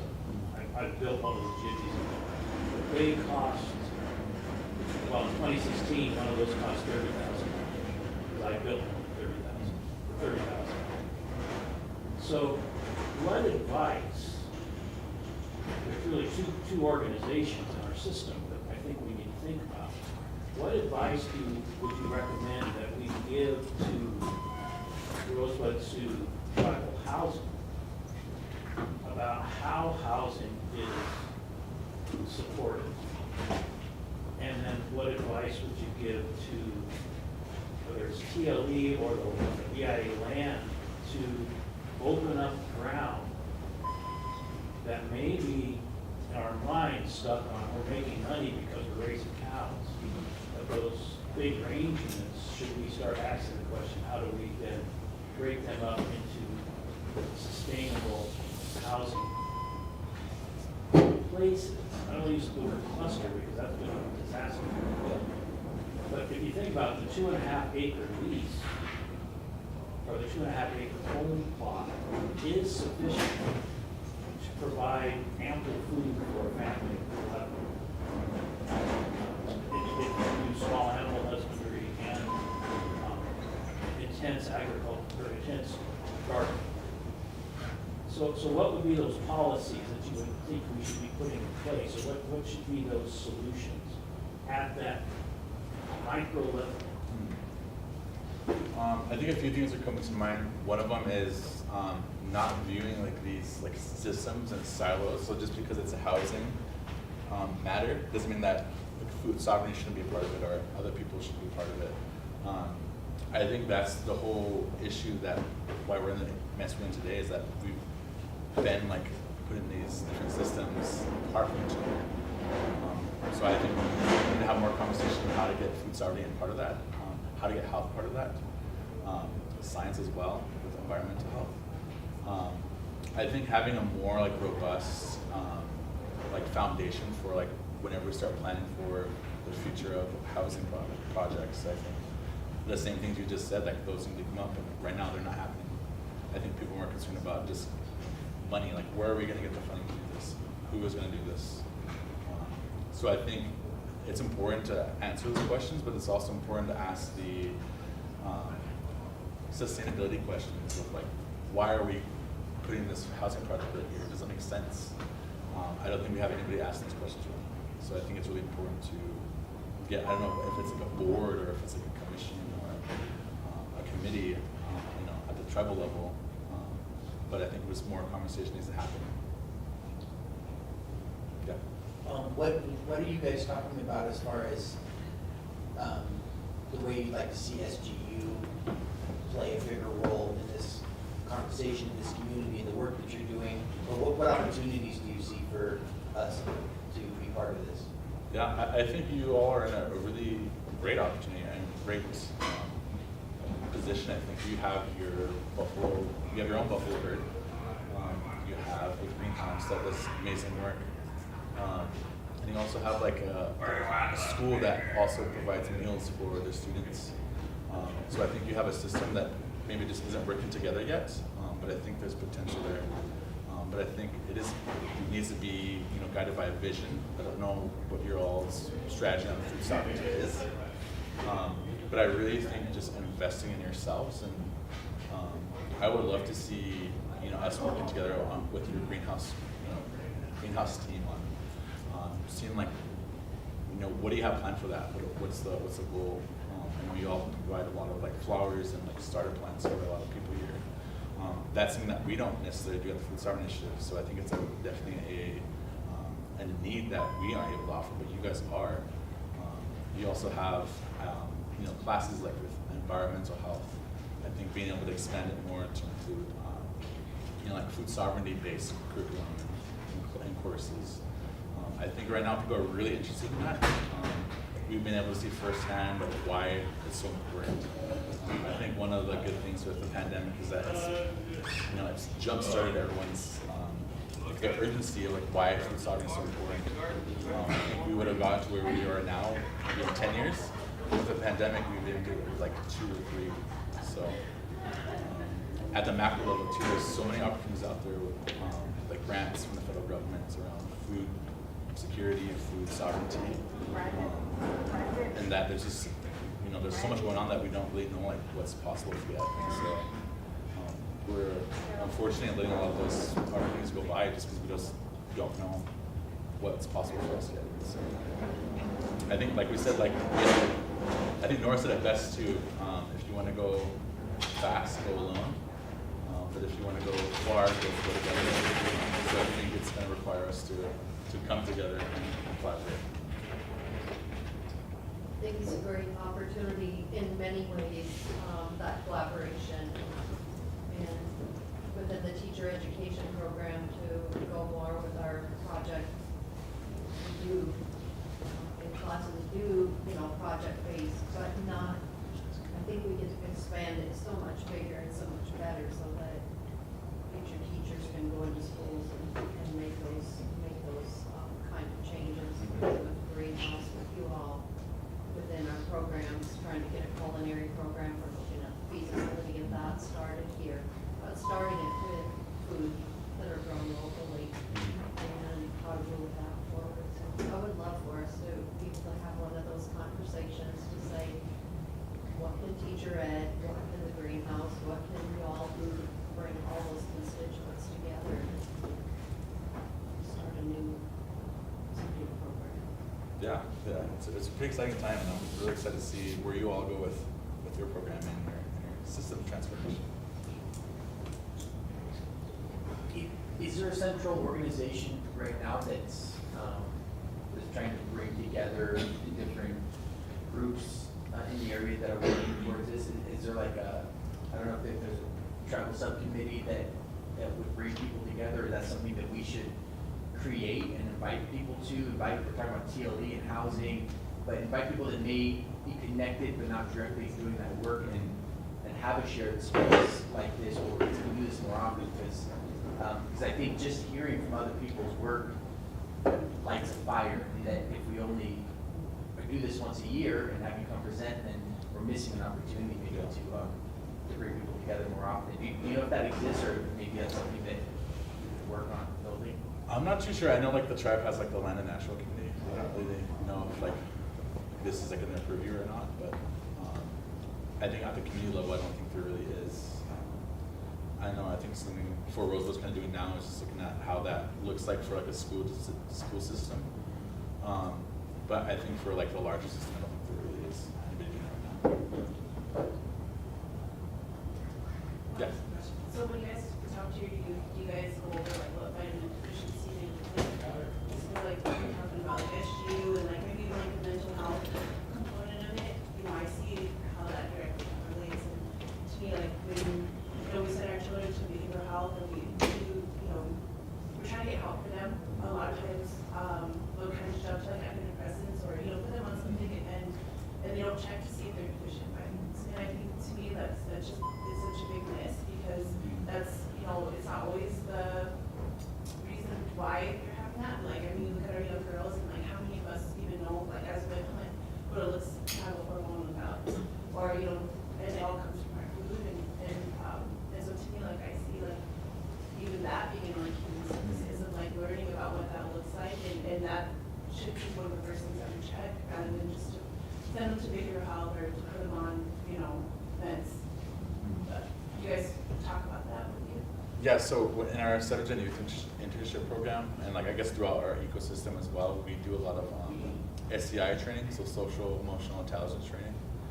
So teaching people how to, really identify where they're at with their, with their mental health, being able to have, difficult conversations with people and really be a clear communicator for what you're experiencing and what others are experiencing.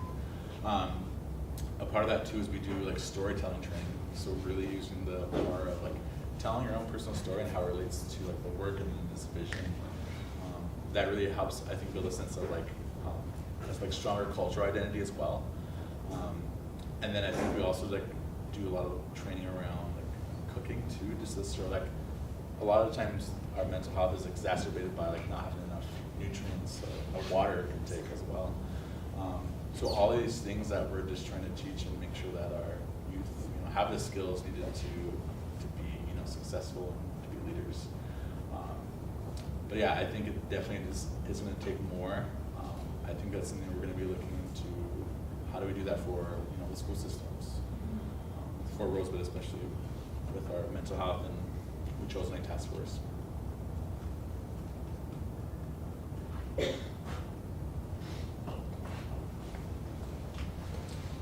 That's it. Thank you, Matt. Yep.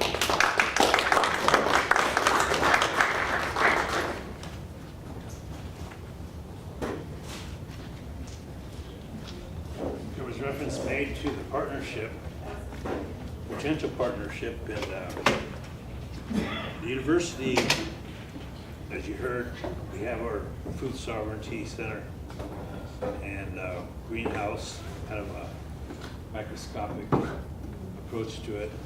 And then we have the Weisenherd here, and looking at issues of climate change and what have you else. It's a little overwhelming, but it's part of the future, and that's what we're trying to do is this morning just focus on some of the discussions about what we need to do.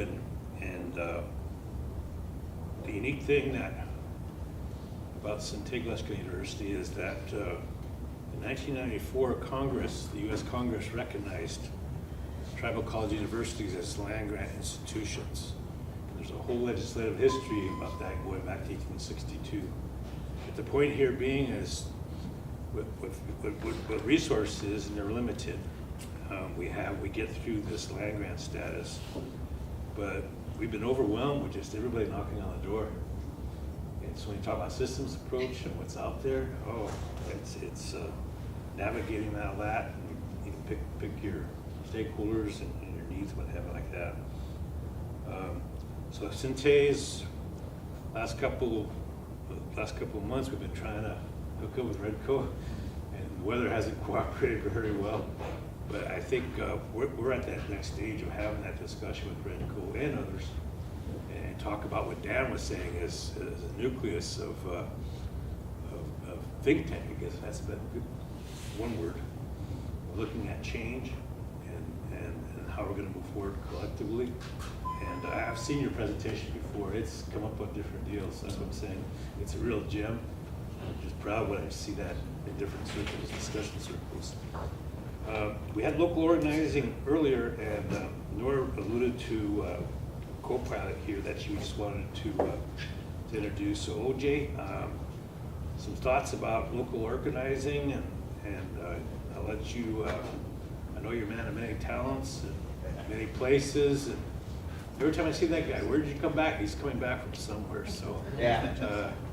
His freaking fire miles are gathering up, that's all right. He's doing good work out there. OJ? Well, you honey wash day. Good morning. My name is O.J. Siemens. I'm an enrolled member of this tribe. I sit on the Red Co board with Nora, but I am the co-executive director of a Native American voting rights organization called Four Directions. It's a national organization. We work throughout the United States in Indian country.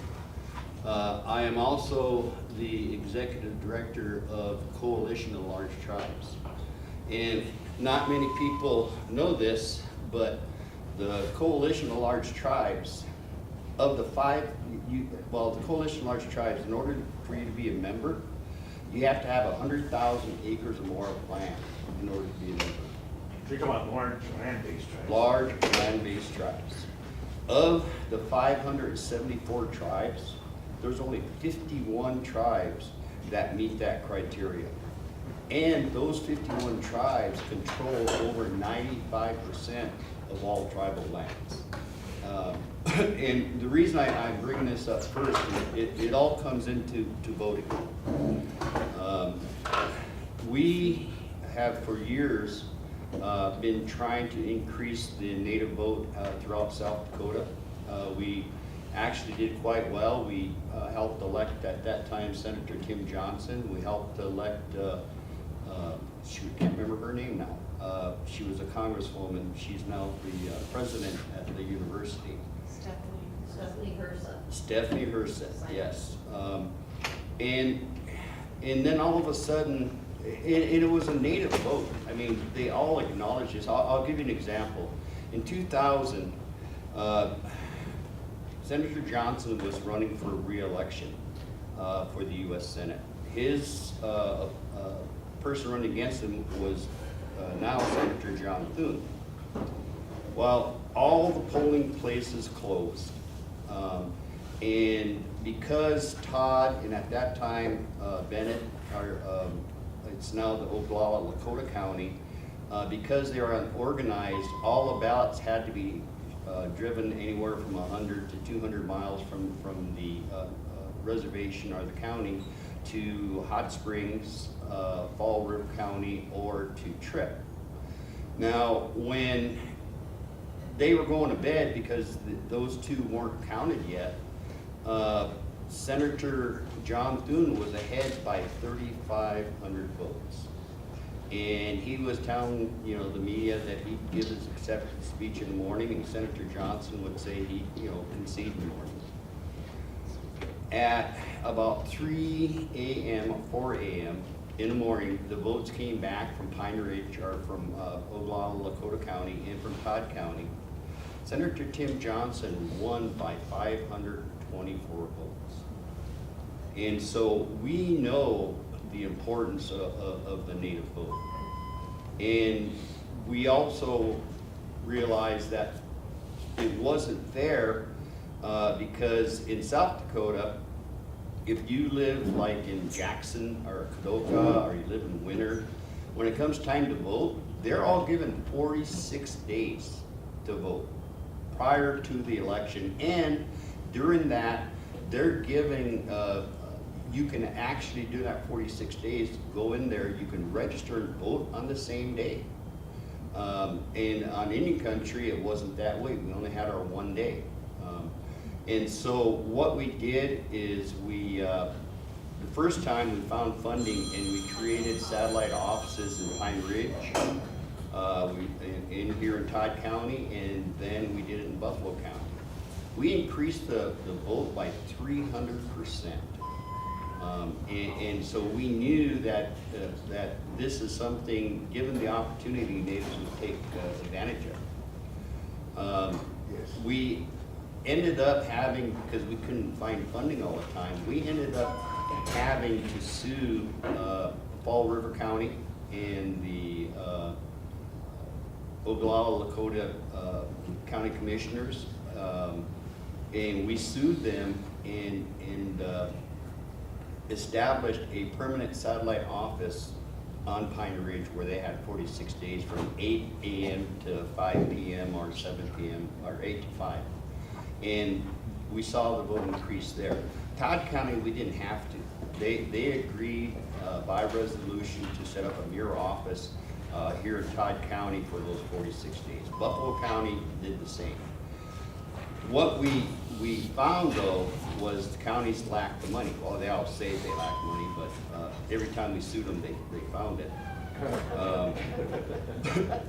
Jackson County, we had, well, let me back up. So what we did is we worked with the tribes and we got with the state of South Dakota, and 4 directions represented the tribe, and we were placed on the Help America Vote Act committee.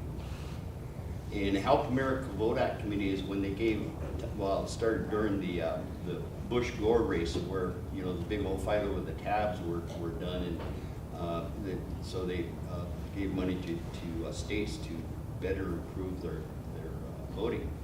Well, we read the law and we found that they could pay for the satellite offices, the state could, through the Help America Vote Act, pay for satellite offices on all the reservations in South Dakota, and it wouldn't cost the county any money. So we sat on the committee, we worked with the South Dakota Election Board and the Secretary of State. We actually created a rules and regulations and a formula where tribes could get a hold of the counties and then turn around and have that satellite office for 46 days on the reservation, in the tribal office, or wherever they thought would work best. But Jackson County, even knowing that they didn't have to pay a dime for it, we had to sue them in order to force them to set up satellite offices, because Kadoka is the county seat, but you have Wambalee there that's, you know, 20 miles away, and their population in Wambalee was greater than that in Kadoka, and yet they refused to do it. And we got in the same fight in Buffalo County because Gan Valley, with a population of 2, held the county seat, while Fort Thompson, with a population of 1,400, had to travel 30 miles in order to participate in early voting. So we created this formula. We ended up suing Jackson County. They ended up putting up satellite offices. And so we thought things were all set, and then, you know, we started working on national issues, and I come home one day to vote, and I find out they only allow 2 days a week here. I mean, it went from 46 days, 5 days a week, and dropped down to 2, and it was because nobody asked. I mean, we shouldn't have to ask, you know, it was done, but they said we want to save money, but they're not saving money because the fact is the state pays for it through Help America Vote Act funds. So when we do this, and let me tell you, a lot of pushback is coming on voting rights. You know, changing what you need, like you need an ID, physical address. You know, everybody thinks that this is to keep the people, there's two races. There's the people of color and there's Native Americans. I mean, we are a separate race that, although we are considered people of color, we are nations within nations, and that our race is very different than those that are here because they're not indigenous people. So what happened is they're starting to put all of these laws in effect, and people think it's to keep us from electing congressmen and senators and, you know, the president, which we do. These laws are put into effect to keep you from voting, so you don't sit on the school board, so you don't sit on the county commission, so you don't sit on any water committee. I mean, these laws are made to keep you from being able to control the activities within our own reservation. And so, yes, it does have a huge effect over, the national races, but don't let them fool you. It's to keep you from being a part of the local government here. And we have more people now that are native on our county commission, but we don't get people running for county commissioners. We have native mayors now, but we don't get people running for mayor. We don't get people running for city council. Our school board, one of the best things that ever the white people use on us is they'll wait till 3 Indians run for one spot, and they'll get one white person running for it, and that white person will win with the least amount of votes. And so voting is very powerful. You can do so many things once you start getting people that understand your situation, that live your life within those offices, to be able to participate. We, back in 2019, we put on the very first ever Native American presidential forum in Sioux City, Iowa. We had Bernie Sanders there. We had Vice President Kamala Harris, she was senator then. We had Elizabeth Warren. I mean, we had probably 40 or 50 candidates that were running for president. And after the primary was happening, we also had one in Nevada. But these presidential forums, what it wasn't where, and here's what I tell people, when a politician goes out and talks, he'll talk about housing, he'll talk about roads, he'll talk about taxes, he'll talk about things that might affect people independently.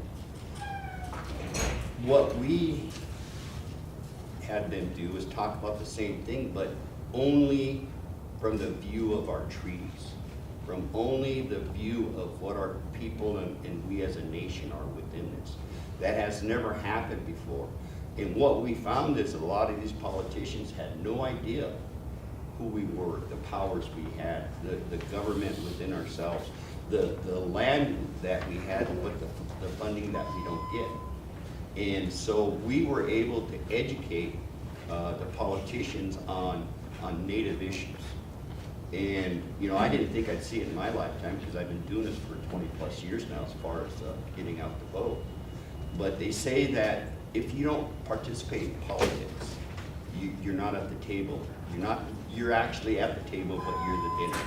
And you can see that every time that they take a piece of our land away, or they change a law that makes it more difficult for us to live on an everyday basis. Voting changes that. And I'll give you the perfect example right now, is Secretary Deb Haaland. No one ever thought they would see a Native American as the head of the Department of Interior. And remember, at one time, the Department of Interior was the Department of War, and it converted over to Interior. But it was the Native vote collectively throughout the United States that was able, and even Joe Biden, President Biden, credits the Native vote of getting him wins in places where he never thought he would. Because even though races sometimes are 100,000, most races are won within 500 to 2,500 votes. And everywhere that we have reservations, we have that amount. We actually in 2020, what we did is we did an analysis on the presidential run, where it was 7 states and 77 electoral votes, and seventh generation is what we called it. But we saw in those 7 states where either candidate won, whether it was at that time Hillary Clinton or Donald Trump, what the amount that they won by and the other person lost by was less than the population of Native Americans in that state. And that was in Michigan, Wisconsin, Nevada, Georgia, Arizona, just to name 5 of them. But we saw that we had the Native population to actually change the outcome of a particular race. In Nevada, the Native vote, even though they got a new governor, they re-elected Senator Mastow, the Democratic Attorney General, which people don't realize has a lot of say-so in any country. They're the ones that write the amicus briefs on anything that is filed by states to get rid of our sovereignty. And so I always say that we need to pay more attention to local, our county or school, but we also need to ensure that the opportunities to vote are constantly provided to us. And they put it over at the old Todd County building, but all the tribe has to do is request, instead of the Todd County building, move it over to the tribal office. Because if you look at county buildings are basically the same as our tribal offices. The non-Indians go there, and we do too when we have to get our plates, but it's the Commerce Center. They go there for their taxes, they go there to get their plates, they go there to see the farm insurance. I mean, over and over, everything that they have to do, they do there. Same with our tribal office. But there's nothing stopping from having a early voting office at our tribal office and an early voting office here, in order to ensure that we give everybody the opportunity to participate. Other examples of why we need to participate is we're able to actually reopen the tribal relations office within USDA and make it a lower level cabinet position where they actually have a lot of say-so. Once that happens, we got a native in there actually from South Dakota, Heather Thompson. And these companies like Golden West, Cherry Todd, different companies would apply for USDA grants to work on within the reservation to build things, right? They would use government money to build something, then bill us to use it. And what happened was that we were able to make an issue of that. And what became of that was that in order for any entity within the reservation to get or qualify for a USDA grant now, they have to have tribal approval. So that this way the tribe is going to know if they're putting up these power lines or if they're putting down these internet lines, of whether it's government money and they're still charging us for it, or whether or not they get the money, the grant itself. I mean, little things like that makes the difference of being able to control what's inside your borders. Right now, we are really working hard. I heard you talking about food sovereignty. We're trying to include food sovereignty in the Farm Bill. We're trying to get bison within that Farm Bill so that we can be able not only to raise the bison, but to actually use it commercially or sell it within the stores, within the schools, and have it treated as the same as beef. The other thing you have to understand, nothing happens overnight. I mean, the people that we have put in positions like Deb Holland, Heather Don Thompson, our own Wizipa Garrett, is the principal deputy of Interior. But what has happened, because we haven't participated continuously and fully, is that laws, rules, regulations were changed. I mean, I'll give you another example that I think it's everybody at home. You used to be able to go to IHS anywhere, and if you were sick. Now, they changed the law through the federal regulations where you can no longer do that. You have to actually be within, Rosebud. You try to go to Rapid City, you're gonna have a hard time. Or go down to Kayenta or different reservations.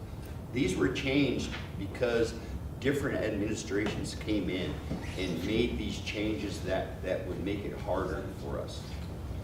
The other thing we succeeded in all these years, the IHS budget is now advanced. That means that they're gonna get money prior to, any budget cuts or the government gets shut down, we're still getting our money. It's the next best thing to having a permanent funding. One of the things that I helped the tribe with is we sued IHS and HHS as a treaty violation. And they found that the IHS did violate our treaties by not providing proper health care. And again, the judge this went before was a judge appointed by Tim Johnson. So politics matters. If you think you're going to court and the judge is up there and there's no politics involved, you got another thing coming. There are so many political actions, even our Supreme Court now, that's taken not because of law, but because the fact is they have the power to put their words in writing and make it law. So with that, any questions? I know you're all hungry. So voter education,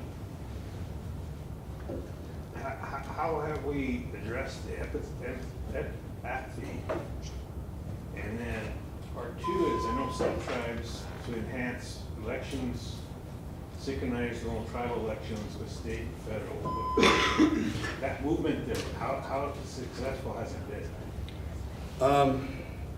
Here's what I've seen as far as the tribes that coincide state and federal elections, is that the party that is working with the Democratic Party or the Republican Party actually gets a boost in getting their vote out more so than getting the state and national vote out.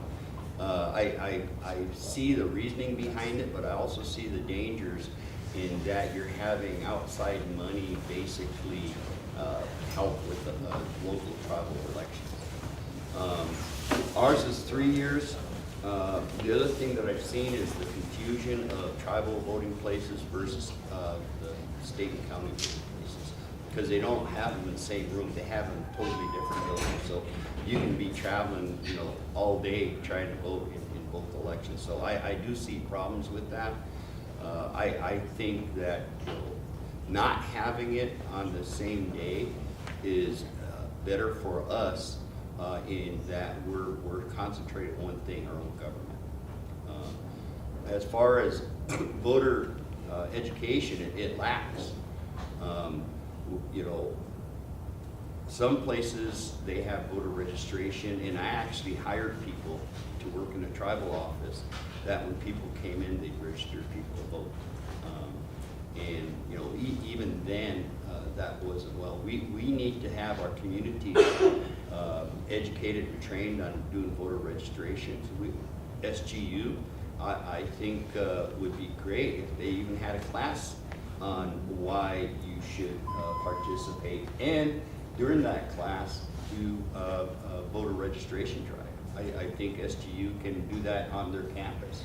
And you not only have people from Todd County, you have people from all the outlying communities that you can get registered to vote.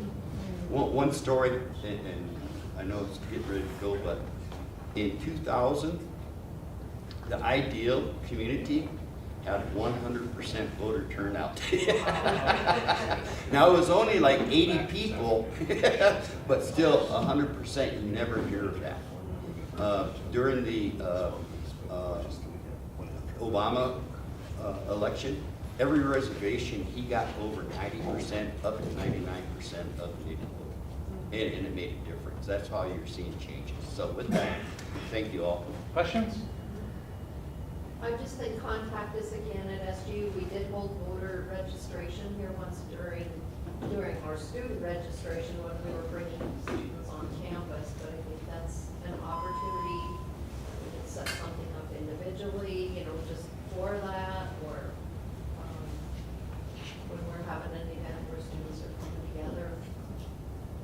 Yeah, I think, and again, it's a younger generation that is actually making big changes, and especially younger educated. And I think SGU can be a very large footprint in moving forward on creating agendas for tribal issues. Okay.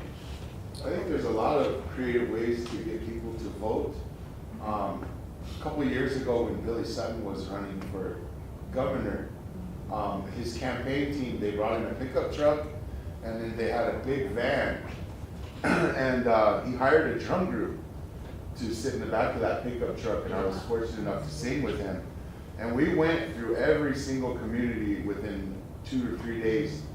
And we filled that van. As soon as the van was full, they'd haul them in, register them, and they could vote, take them back to their community, and go pick up more. I just think there's a lot of ways to be innovative, and when there's a drum group driving by, people are going to come outside and see what's going on. So it was a good experience that I had. And that's good when we can get the politicians to Yeah. come and do that, but a lot of times they don't, and they don't have the money. And that's why, community organizing means that we as a community have to find those ways to do it ourselves. And we have the schools, we have SGU, we have so many different programs where we can just train an individual to registered people.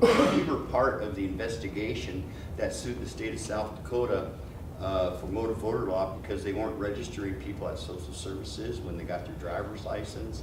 I mean, there are so many things out there that they're doing to keep people from voting. I think people should get mad and work harder to vote. Yeah, and I think just like empowering, especially the younger voters, just because, when you see it in a light of where it really affects you, and like looking at our census, I mean, half of our population is under the age of 25. And then with that, like our young men, 18 to 24, are the highest living in poverty. And so it's like, how do you word that in a way, or approach it so that way, I don't want to say like to make you more combative, or you know what I mean, but how this affects you and how you can take part in that. And I think that group right there is like the ones that, really, I don't know, let's say need it, but I'm just. They're like, actually the put ones yourselves. that's making the change. Yeah. I mean, once we're able to get in that point to register, it is the younger generation that is actually taking the movement and changing the actual turnout. Yeah, and you can see the difference, because I think growing up, I never saw the significance in my vote, there was never, that conversation wasn't really on the table. Well, just, and again, I know you guys want to go, but, you go to school, Todd County, and you learn all about the United States government, the U.S. Constitution, and yet not one of those kids in there will be able to tell you about our Constitution, the tribal Constitution, how to vote, how to participate.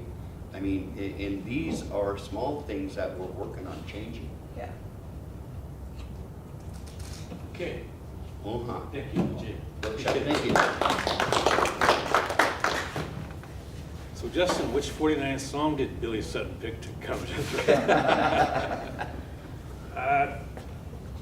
Final presentation for this morning is a pretty powerful topic area. We talked about the Secretary of Interior coming here, having a congressional or having a administrative focus on boarding school, and we talked about other issues regarding what's happening with his families in his communities. And leaving last year and coming in this year, the Indian Child Welfare Act was under attack. And so how do we thread that together, so we've asked Dwayne Stenstrom here to offer some thoughts. He's got both personal as well as professional, and he's an instructor here, to just share some thoughts about threading this together. But right now, what's the immediate challenge that we need to be dealing with in terms of the Indian Child Welfare Act? So, Dwayne, you're on.